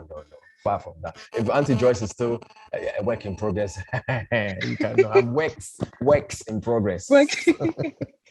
Yeah, talking about works in progress, someone is asking that how can someone whose character is poor later become successful with personal branding? How can somebody whose character is sorry, I didn't hear that. Someone It's whose poor. character is poor become Right. successful with personal branding? Good. Well, then, I mean, it's just like it's a rhetorical question. It's Yeah. Once your character is poor, that's where you start from. You have to work on that. You have to elevate that poorness into fair, into satisfactory, and then move into good. And you have to work at what is making that character poor. What is eating you? You snap at everybody? Are you short-tempered? You don't know how to talk. These are things that can put people off. These are things that can, keep pushing your opportunities way, beyond you. And so once you realize that your character is poor, you work at it, because it will, as I said, there has to be a direct relation between your character and image and your brand. And so if those two do not go hand in hand, then there's a gap. And only you can fill that gap, because that's your journey, that's your purpose. And so be bold and confront that issue that is making your character poor. Talk to people. What do they see? Let them tell you the truth, and then start from there. If you're prayerful, or if it's prayer is something that you need to work at, people sometimes it becomes a cliche, but genuinely pray about it and know that you can't do this by yourself. You can't do this all, because remember, you're made in the image of God. And so he has all the ability. You put it in his hands, while you also physically work at those that you should work at. Yeah, great. I think that was the perfect answer to that question. So start right with you. I think for the sake of time, I see a couple of questions popping up, but one interesting one that struck me was Apusha Akela. I admire you. How do I see you? And I think I want to take that you obviously want to tell them to come for 2022 brand conference. There you go. Yeah. Because in this session, you get to meet him one-on-one. You can share your ideas with him, where you're starting from. Are you an SME, a corporate entity, a personal individual? How you want to fully brand yourself. We're going to have workshops and conferences together with seminars, a whole day package, obviously maybe two, where you can meet this favorite act. So I think I'll give you a chance for final words to anybody. And obviously all these questions, we'll put them together and send them to you, and we'll put them out on our social media handles as frequently asked questions. So over to you, final words. So yeah, I think that I'm more tilted to speak to social media age. I hear most of people come to me and say, I want to act, I want to do this, I want to do that. A few of them have gone to their social media page, and I'm like, oh, but this has nothing to do with what you told me. And social media is full of, just for want of a better word, maybe vanity. So take advantage of the spaces that you have. Once again, this Irish George Bernard Shaw did say that people are always blaming their circumstances on who they are and what they are. But people who get on and make it in this life are those who look for the circumstances they want. And when they can't find them, they create them. You have spaces, Instagram. Come on, what is it that is burning? It's so burning within you that you can't wait for the world to see. Tell the world using your space. What is it? Is it artwork? Do the artworks, post them. Is it whatever it is? Find ways. If it's a monologue, if you want to be an actor, perform roles, take scenes from books and from online, act them out. This is the way you make a mark and project that which you want the world to see. And that's how you open yourself and you create those opportunities for someone to say, oh, I saw this thing on Instagram. Let's call this lady, let's call this guy. So that we don't limit ourselves, because we don't have time. Time is so limited, and so please, let's use our spaces wisely. Let's use it productively, because it is a great opportunity and platform to sell and project our brands and our images. So yeah, I think that will be it. Yeah, thank you so much. And on behalf of a brand My conference, pleasure. we really appreciate you for your time. We saw that the family were moving here and there, but that's what we've had to Oh my deal with goodness. Sorry when it about comes that. to, yeah, it's absolutely fine.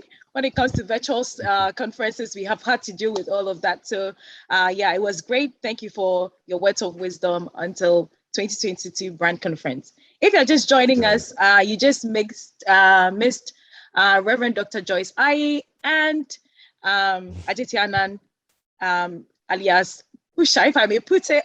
Now we are on to now we are on to our next speaker.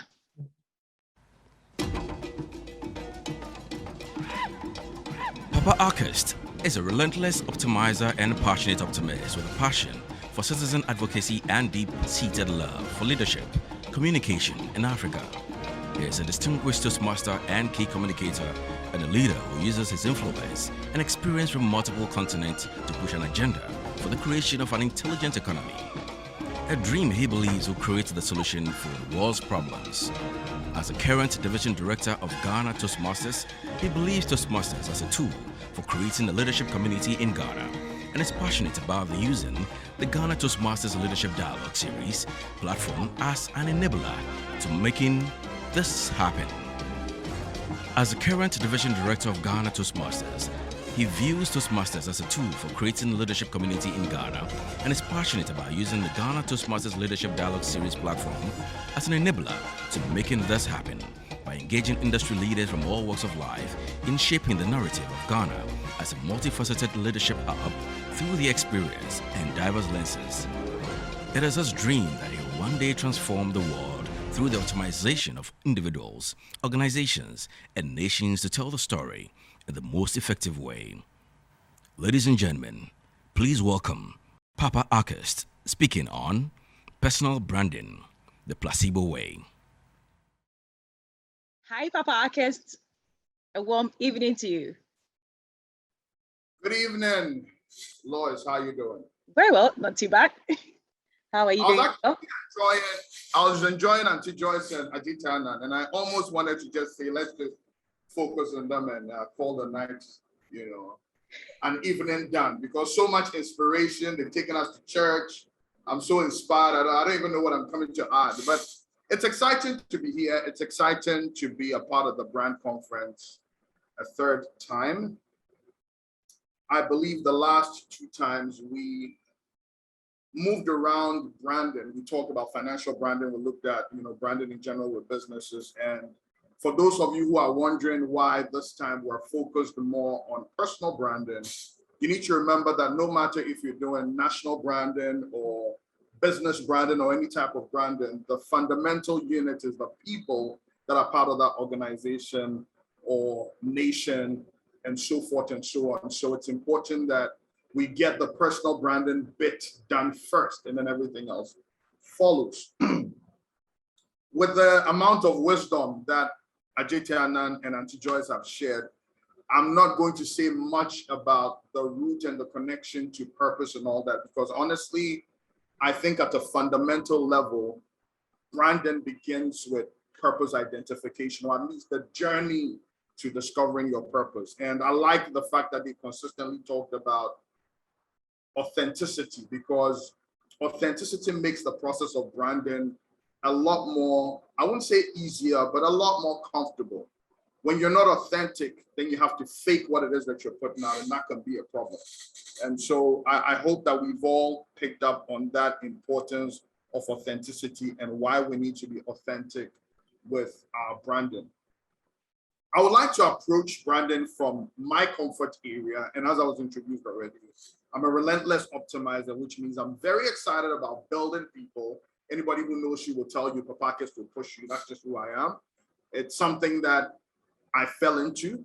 And usually when I think about branding, I think about, the story in the Bible of Jonah, where Jonah was given a mission, he ran away from it, he was swallowed by the whale. Whether you like it or not, your authentic brand will come and chase you. Your purpose will come and chase you. Your assignment will come and chase you. And so the easiest thing is for you to get right into it. For me, jumping into Toastmasters has been transformational for me. I learned to be a communicator. I learned to be a leader through that program. And so I'll approach this personal branding conversation from the perspective of a communicator. Now, a few things I'd like to share when it comes to communication.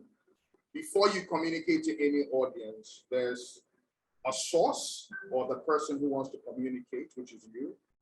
There's the destination or the person you want to communicate to. You encode the message you want to communicate. And the person who's receiving that message decodes it. If the communication is effective, then the person must understand what you communicated. Now, you have to test for that understanding, otherwise you can never really be sure that the communication has actually occurred. It's important that you realize that there can be barriers to that communication. And if you listen to my teaser video, I talked about the fact that sometimes you may be misunderstood, sometimes you may be misjudged, sometimes people may not understand your value. And that truthfully comes out when you have barriers that are creating static for that communication. So for the case of this particular conversation, I want us to think about your brand as the message that you as a communicator want to share with the world. Before you communicate any message, the first thing you want to do is you want to analyze your audience. Now, who's your audience? Your audience is, it could be the whole world if you want the whole world to know you. It could be a particular group of people if those are the people that you want to know you. It could be future employers. It could be future friends. It could be future fans. Whatever it is that your path is that you need to follow. When you analyze your audience, you package your message. Now, what is the message? The message is the brand. What is the brand? The brand is the value that you have to give to the world. What is that value? That value is that total package that you were made.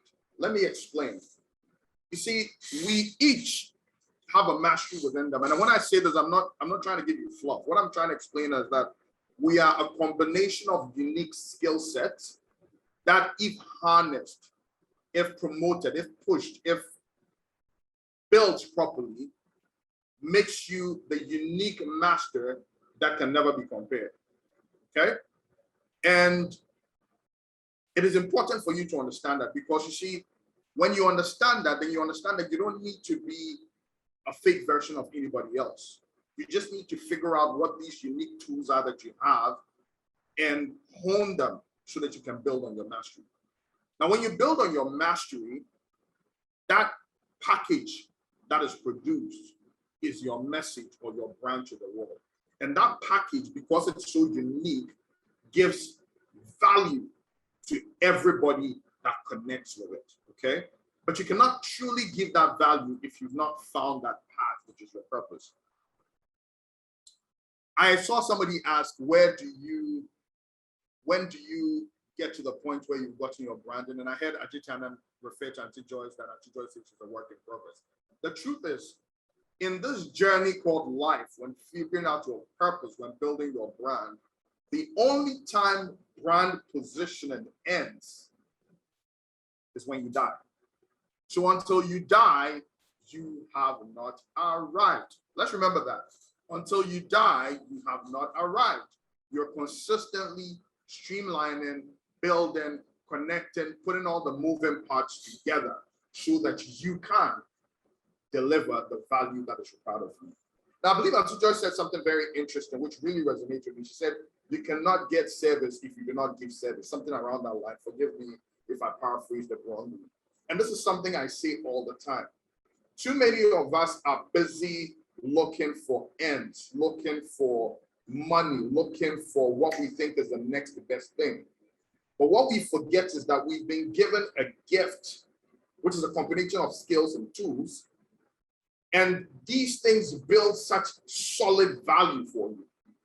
And so your ultimate quest is to continue to build value and discover your purpose and discover your journey so that you can give the ultimate message. All right? So You're the communicator, you're the source, you have a message which is your unique brand you need to give to the world.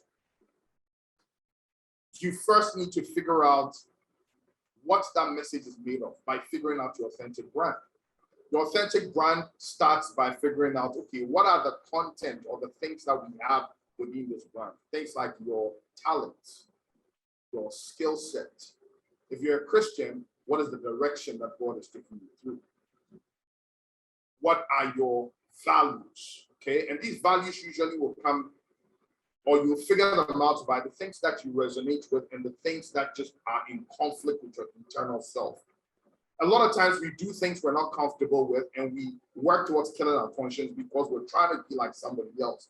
But there's a natural compass that tells you, this doesn't feel right. This feels wrong. So long as you learn to connect with that which is you. Okay? So we're figuring out this authentic message by figuring out our skill, by figuring out our talent, by figuring out what our assignment is. What is your assignment? Some of you people will ask.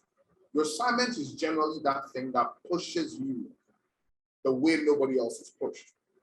So for example, my background, originally when I joined school, I jumped into computer science, which I was very excited about, by the way, because I usually got bored with a lot of things. And so because computer science changes a lot, I said, hey, you know what, let me jump to computer science. But even though I loved computer science, I was still never really happy. Why? Because it was a tool that was not necessarily putting me on the path, which was my purpose. It was until much later that I realized that seeing people ignorant makes me angry. Not being able to support people makes me angry. Not being able to share knowledge depresses me. And so it wasn't long before I found myself in communication, training, facilitation, because those are the things that give me joy.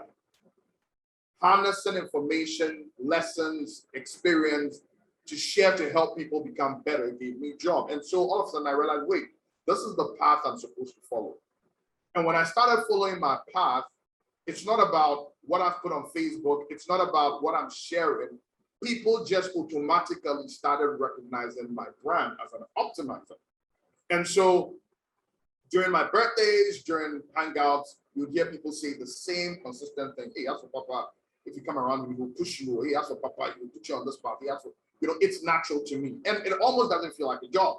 I can do it for fun. I can hang out, So in finding that message, that's you finding the tools, the skills, your assignment, the things that resonate with you, listening to that inner voice. Once you find that voice, just like a communicator would, you're sharing it with your audience. Who are your audience? Analyze them. Sometimes we think everybody needs to know our entire business and we need to be known by everybody. It's not necessary. There are some people who will meet you for the first time and automatically you just get it. There are some people who will meet you and no matter how much you scream, will never get it. Okay, I'll give you an example. I have this podcast that I run called the BWP series. I've had people out of the blue call me and say, hey, you know what? I love that message you put out there. It really inspired me. It helped me to do A, B, C. I also have people around me that every single day I call, hey, have you listened to the podcast? No. Have you listened to the podcast I started? I never finished. We spend too much time trying to get our message tailored to people that were never meant to be our target audience. Okay? And when you're a communicator, you start to understand that very quickly. Also, how do you analyze your target audience? Your target audience can be based on demographics, can be based on social groups, can be based on location, can be based on setting or what those particular people are going for. And your message, depending on where those people or what those people are going through in life, is tailored and resonates with the right target audience. So you need to know who your target audience is. So we talked about the source, the message, the target audience. Okay. Your target audience is in a position to decode that message that you're encoding. But even as you encode it, be aware or be mindful of the fact that you are sending a message to a particular audience. Now, I talked about barriers, or what in communication we call communication barriers that prevent you from getting your message across. I think Ajit Anand mentioned something where he said he had a contract where he was being offered a job In other cases, he had told people that, look, don't drink, or he had advised people not to drink. And yet this particular gig would put him across as somebody who drinks. I mean, that's as real as it gets. That's an example he gave you. A barrier is anything that distracts or detracts from your message getting to your audience in the purest of its form. Okay? In the case of talking, it can be noise, it can be static, in the case of Zoom, it can be, people are muting their mics. But in the case of your brand, it is anything that does not help your brand to be delivered in its optimal form. For example, you don't expect that somebody who is trying to lead people to Christ, for example, is living a life that is unworthy of Christ. You don't expect that somebody who's a teacher will tell somebody to throw his books away and not learn. You don't expect that somebody who's talking about branding will not take their brand seriously. You don't expect that somebody who is a mechanic, right, who drive his car anyhow or treat the car anyhow. Okay, there are certain things that are not consistent with your brand. And when you do that, they detract from your brand. What do? They make people feel that the message you're sending is not authentic. And so you lose what we call credibility. So just like you can lose credibility as a speaker, you can lose credibility when it comes to connecting with your brand. Question that most people will ask, hey, I mean, sometimes you want to build a particular brand, or hey, sometimes you want to go to a particular area. However, the reality of life, you need to make money, you need to survive, you need to hustle. I mean, so what do we do about that? You're absolutely right. You need to make money, you need to hustle, you need to find a job. But here's the interesting thing. In any opportunity you find yourself, stay true to your brand. What do I mean by that? You may be a cleaner. Your brand may be putting a smile on people's face. Then clean in a way that puts a smile on people's face. You may be an interior decorator, but maybe your brand is for you to be a communicator. Communicate through your interior decoration. You may be a teacher by brand, right? But you may have found yourself the CEO of a company you are being paid well. Make sure that you make time to teach every one of your employees. That's how you find happiness. That's how you find your true calling. That's how you connect to your brand. It's very important. Let's not get connected, or let's not disconnect, or let's not betray ourselves by being so bogged down in the things that we can gain, in the ends, in the means, that we forget that true message that we've all been put with, or that has been put on our heart to share with the world, and that's your brand.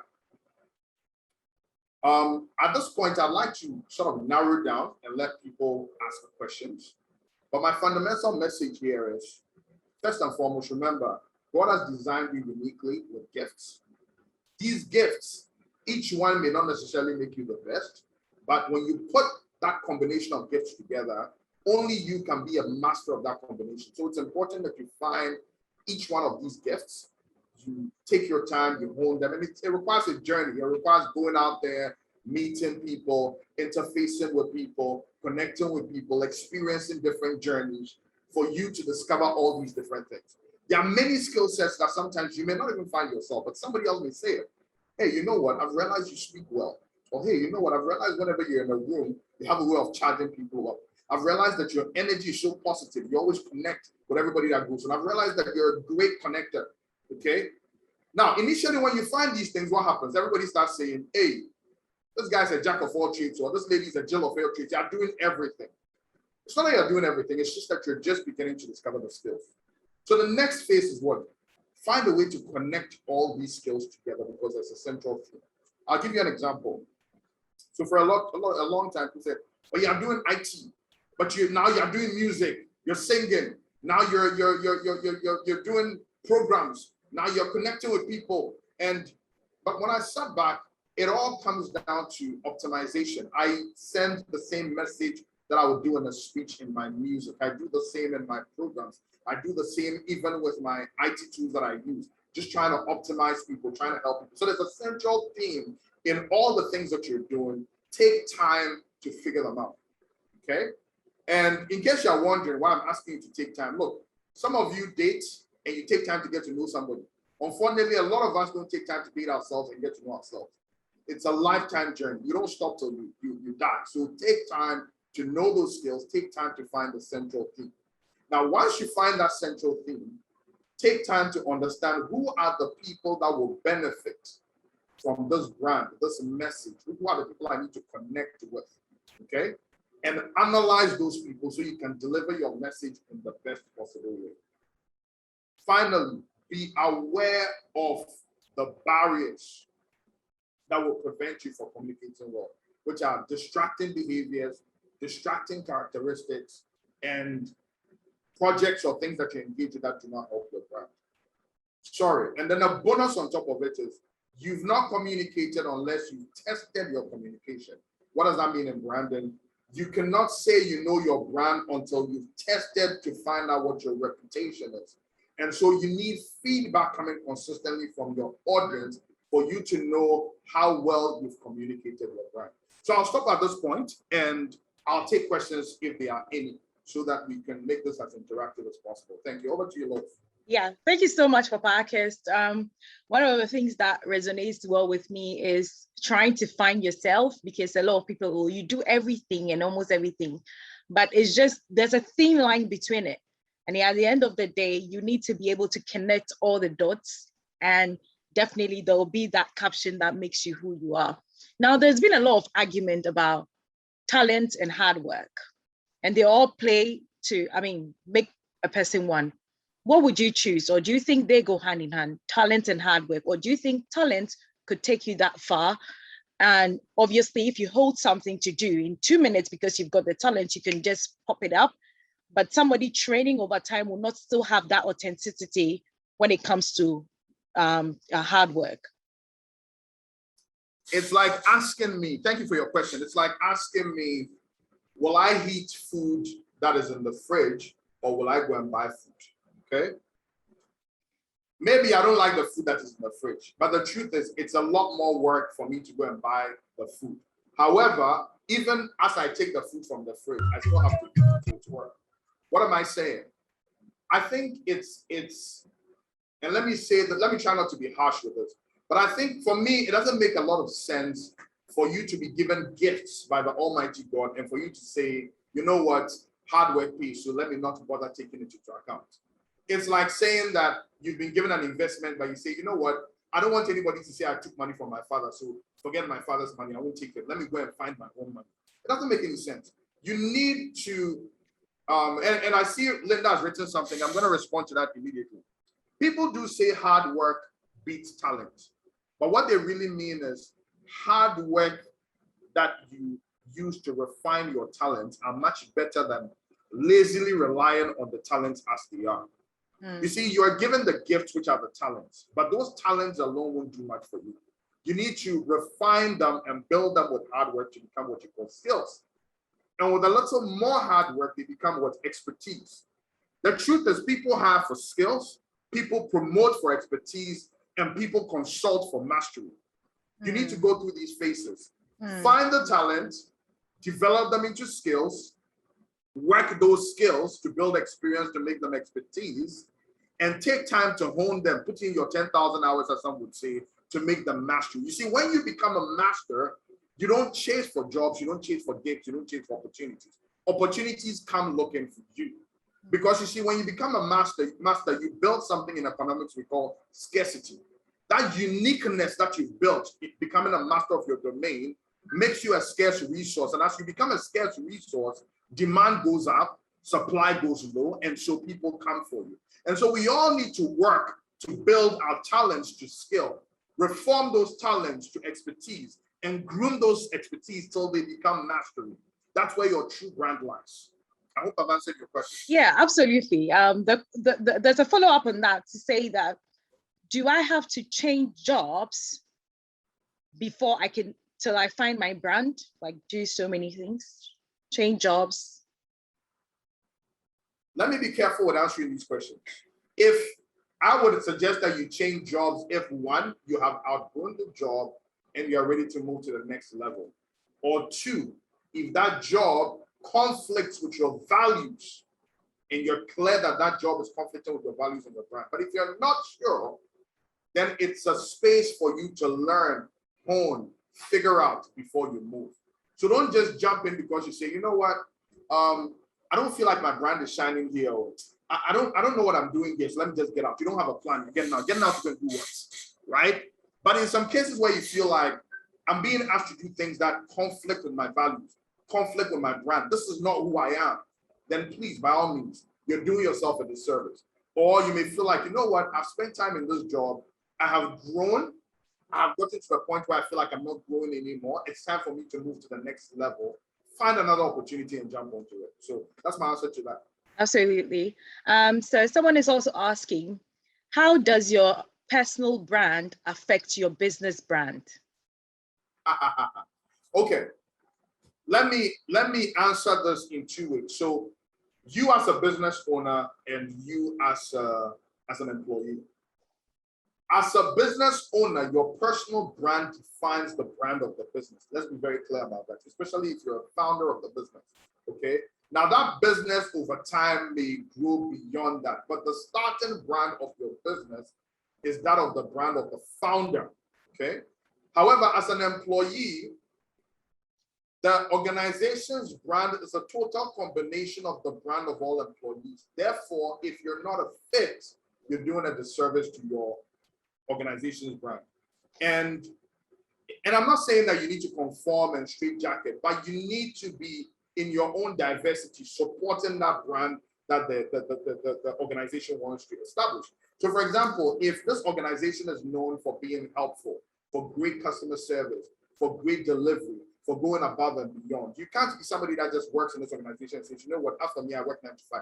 As for me, I cannot be cheated. As for me, I cannot do more than that. As for me, I'll give you exactly that. You do not fit in that brand, right? So if you're an employee in an organization, and you know, this is where I keep telling people that let's be honest with each other. I know the market is tough. I know it's hard.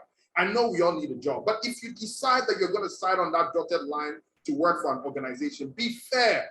Understand the brand of the organization and reflect it. And if you know you do not fit, please don't take the job just because you need a job. It's a disservice to your colleagues you're working with and the organization that you're working in. So that brand should fit. There should be cohesion between that brand and the people within it. Talking about cohesion, someone on Facebook, Joanna, is asking that, can you give specific things on how you can find a central theme to the many things you do? Brainstorming. You know, we sit down in the office and we brainstorm on new projects, we brainstorm on new activities, we brainstorm on solutions. But the most important thing to you, like your brand, like your purpose, we don't take time to brainstorm on it. For me, it took me a long time. I feel a hunger to do music, and I feel a hunger to do my poetry, and I feel a hunger to do communication, but I don't want to be tagged as a jack of all trades. What is wrong? And I feel like training. And you know, most of my mentees say, I ask for you every day, new project, ask for you. And I kept sitting down saying, I don't want to be doing so much. I need to focus, right? And eventually one day it hit me after thinking about it so much, praying about it, you know, focusing on it, meditating on it. One day it just hit me. I said, wait a second, these are all communication tools. I'm generally a communicator. I optimize people. This is what I do. Connecting people is part of it. Doing the music is part of it. So even with the music, there's a special type of music I do. I don't just do music just for commercial reasons. In fact, the studio where I record, you know, most of the guys, they do commercial. And they always used to say, hey, your type of music, we don't know if Ghanaians will like it. I said, that's fine. That's okay. I'm not here to, you know, please people or you know, win the top Billboard chart or whatever. I just want to send a message across. And the interesting thing is, when once in a while somebody picks up a phone and says, you know what, today I was thinking about ending my life, but I listened to track 1 of your first album and I just felt like, whoa, I can hold on. I shouldn't stop. Then for me, it's worth it. It's worth any other person listening to the music because it's me communicating and optimizing that person. So I think we need to take time to brainstorm on it. I mean, do whiteboards sometimes. You know, sometimes I'll sit down and write all the things that I do. And then I say, how does this connect with this? How does this connect with this? What can I do as an umbrella on top of this? How does this all connect with each other? And even my profile has been refined over and over and over again because I always think about how do I fine tune it so that it connects and promotes my brand and does not, you know, tear it apart or does not conflict with it. So it's a consistent process and it never stops till you die. I think a lot of people are interested in this because it resonates a lot with people. Sylvia is asking the same question in that line, but just a little bit of twist, just to share your idea on that. She's asking that I'm quite good at so many things. How do I merge one to the other? How do I manage all? Do I employ people to manage whilst I micromanage them? I've been doing them all by myself and I break down always because I'm equally a nursing mother without a helping hand. Please advise. I think she added something that the challenge with getting people to work with you is they end up stealing from you or taking your clients from you at a cheaper price. Wow. So a friend of mine, one of my former mentees called me recently and said, Papa, I want to come and do national service for you. And I said, okay, what do you want to do? And he said, oh, whatever you need me to do. And I said, okay, you know what? Write a job description based on what you would love to do, and let's figure out something for you. He found it very strange. But, you know, it's interesting that a lot of organizations are now realizing that it doesn't help to write a job description for somebody, but actually it's better to have them write their job description, because if they are not truly connected with what they are coming to do, they will never give you 100%. The reason people are stealing from here is because they are there purely for the money. They are lying, telling you that they are a fit. They are lying, telling you they are interested. They are not. They are there for the money. But those who truly are connected or working for you because they connect to their brand will practically work for you for free. But the problem is a lot of us do not take time to find our talents. We do not know what we like doing. We do not know what we're passionate about. We're just surviving because we've been told to survive. So, practical answer for you. Take time to recruit. You know, sometimes it's the most difficult thing, but the truth is most of your problems start from the door. Take time to recruit. Take time to be sure that that person who's promising you the world is sincere about it. Find trick questions around ensuring that they know what they are doing. Get them to write an essay if they have to. Oh, you want to work here, what would you do differently? What would you do to enhance it? Tell me your journey in becoming this person or getting to know the skill. Most of the time, you will be lucky even if you get a full page with no errors or no grammatical errors. And beyond the grammatical errors, you'll be lucky if you get a cohesive document. Most of them, I can guarantee you 50% won't even bother responding because you ask them to write a letter. It's like, what is this small job we're applying for, right? So if you really narrow down, you may find some people who are actually ready to learn. The second thing I'll advise, it's important to hire for attitude, okay? So the brand is important, the resilience is important, but also attitude. Does the person have an attitude to learn, to grow, to develop? If you get somebody, even if the person is smart and good at what they are, but they do not have that attitude, they will either steal from you or they will destroy you. And so these are some of the things that you need to look out for. Now, in terms of your time and everything, focus on the things you can do now. And when those things start automating and working, then you can start the ideas down. Don't throw them out, but don't jump into all of them yet. Start with the one that you're comfortable with. Let it grow. Over time, as the brand grows, you will also attract the right people because your brand is stronger. And once those people join on board and things start running and sort of automated, and you can leave, you can move on to the other things and start working on them. So that's my advice on that. Thank you. Wow. I can really resonate with everything you said. Literally, even in applying for certain jobs internationally, we are asked to put like a personal statement, a one pager, maybe a 200, 500 words. And you realize that that's what sieves the people out of the mini lot, because not a lot of people would take that time to actually put down that document or would even have that passion to, they just want to come and be part of it and just move on. So I think I hit that question, really hit me. I think for the sake of time, I'll just take two questions and obviously we move on. So Lovelace is asking that what is the best to project, the organization's brand or the personal brand? I think with relation to the question earlier on, yeah. Why must it be different? That's my question to you. Why must it be different, right? We are too bogged on thinking that there's a difference, right? But the thing, and that's the beauty of authenticity. If you join an organization that you are authentically a fit for, then in building your brand, you're building the organization. If you're a natural creative and you join an organization that believes and harnesses creativity, then all you have to do is be yourself. If you're a natural creative and you join an organization that stunts your growth, you're not being authentic, and you will be punished for it. Now, this is very different from being in the right organization but having the wrong boss. That's a whole different case. Now, having the wrong boss, that's a whole different course that I teach on that. That's learning leadership and learning how to lead your boss. Sometimes you just have the right organization but the wrong boss. And in that case, you need techniques of how to lead your boss. But if the organization's culture conflicts with your authentic brand, my dear, please get out or be the change they require to be reformed. So that's my answer to that. Be the change you require to be reformed. Wow, great. Okay, so last question, but I'm going to merge like an examination, 1A, 1B. So you can give me C, D, E, F. It's all good.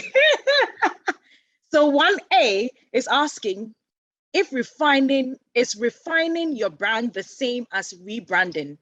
If not, what is the difference? 1B, what is the best to project? No, I think I've taken that. He said, on testing your brand, what sort of feedback should you look out for? Okay, so rebranding is very different from refining your brand. Rebranding is, I have gone down a certain path due to either chasing money or not knowing my purpose or whatever it is. I hit a wall and I realized that this is not where I need to go to. Now, the wall could be you're not going anywhere, or you've gotten in trouble, or you've embarrassed yourself, or your reputation is being totally destroyed. And so you say, let me come back to the drawing board and rebrand, okay? And there are tools for that. It's interesting, a friend of mine who I've not heard from in about 5 years called me today because he had seen this brand conference link. And he actually told me he has tools now that he sells, which help people in actually protecting their brand online. I find that very interesting. And I'm planning on connecting here with the organizers of this program so that in the main conference, he can probably have a booth where he's selling that. And I'm sure most people will be interested in it. The prices he was talking about were actually pretty cheap. So I hope most of you are going to join the main conference because we're going to have a booth and try to do workshops with all these different things that we're talking about. So that's rebranding. Now, refining your brand is you have realized that you are moving down the right path, but it's not effective enough. It's not, people are still wavering as to where you fall. People are still not sure. It's not crisp. And so you refine it by refining the message, refining what you do, refining how you put your profile out there, refining the tools you do, the tools you use. Maybe instead of using Facebook, you decided, no, let me use LinkedIn, let me associate with these organizations. These are all part of what refining your brand. So rebranding is changing direction. Refining is shaping up the direction you're moving in. Now, B was what? Let me try and remember what you said. B. What was 1B again? B was saying that in building your brand, what sort of feedback should one look out for? What sort of feedback should one look out for? First and foremost, when you're building a brand, you ask yourself, what message do I want to put out there? So, do I want to be known as a communicator? Do I want to be known as a preacher? Do I want to be known as somebody who's carrying the mission of God? Do I want to be known as a mother? Do I want to be known as a mentor? You need to be clear about what message you want to put out there about yourself. Then the next thing is, in your evaluations when you connect with a group, with your friends, with your family, with people you meet initially, with people that have done reviews that you maybe have been a part of, what are they saying? When you look at the interpretation of what they are saying, what your friends are saying, what anybody else is saying, and it does not reflect what you wanted to put out there, then the feedback is telling you that there's a problem with your brand process. And so you need to refine it. You need to clean it up. You need to clear it out. Or there might be an unintentional communique that you're putting out in your brand that you didn't even realize you were doing. So maybe you are getting an impression that you are a criminal, right? You are given an impression that you're a criminal, but you know that you are somebody who's moving on the path of righteousness. Maybe it's only because you have a certain friend that you didn't realize the friend is destroying your brand. So you need to now come back and say, wait a second, wow, this is affecting my brand. What do I do? Do I get people to know that this friend is different from what they think because I know him well, or do I disassociate? That one is your issue. But you take time and what? Review those things. Now, I'm going to add a bonus on it because you said time. I just saw somebody pop up a question, and I just want to help the person out. She said, where does this connect with partnership? My dear, in the simplest of forms, don't go into partnership with people who do not share your values. They do not have to have the same brand because, diversity of brands also help make the content richer, right? But at the end of the day, the overall brand of the organization or entity you're building should not conflict with any of your brands. So your brands need to collectively come together to help with the overall brand, okay? And secondly, your values. If your values conflict, you have issues, you have problems. Do not go into business with somebody whose values conflict with yours. Please, please, please, please. Piece of advice. And most of the time, that's why we end up having all the problems we have. The guy did this to me. He cheated me. He didn't do this. He didn't do that. And values don't always have to be don't steal, honesty, integrity. Sometimes there could even be something as simple as communicate well. If you're somebody who communicates well and your partner is not communicating effectively, that is a problem. For example, for me, I won't even get into any type of relationship, whether platonic, whether professional, whatever, if communication is not important, because I know the problems that come from a lack of good communication. So these can all be values that you have. Just make sure that those values don't conflict. Thank you very much. Thank you so much. Like someone just said, it's spot on. It's been spot on. Someone also said that you don't even need slides. Wow.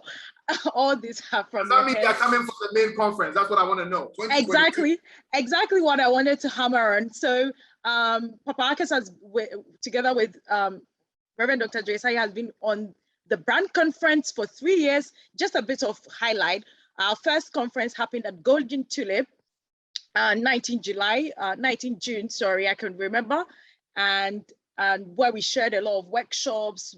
There was much involvement as well, where people could also come and display their products and what they were dealing in to sell as well. So all these packages are in store for you for the Brand Conference 2022, and it's quite bigger as well. We are moving to a bigger platform. So anytime you hear of Brand Conference 2022, publicity is going to start on all our social media handles. Please do well to participate in it. So Papa Akes, I'll ask you to do something quickly for me.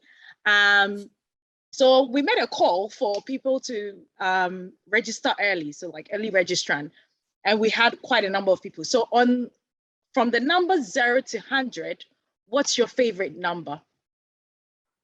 From the number 0 to 100, wow. 100. Number?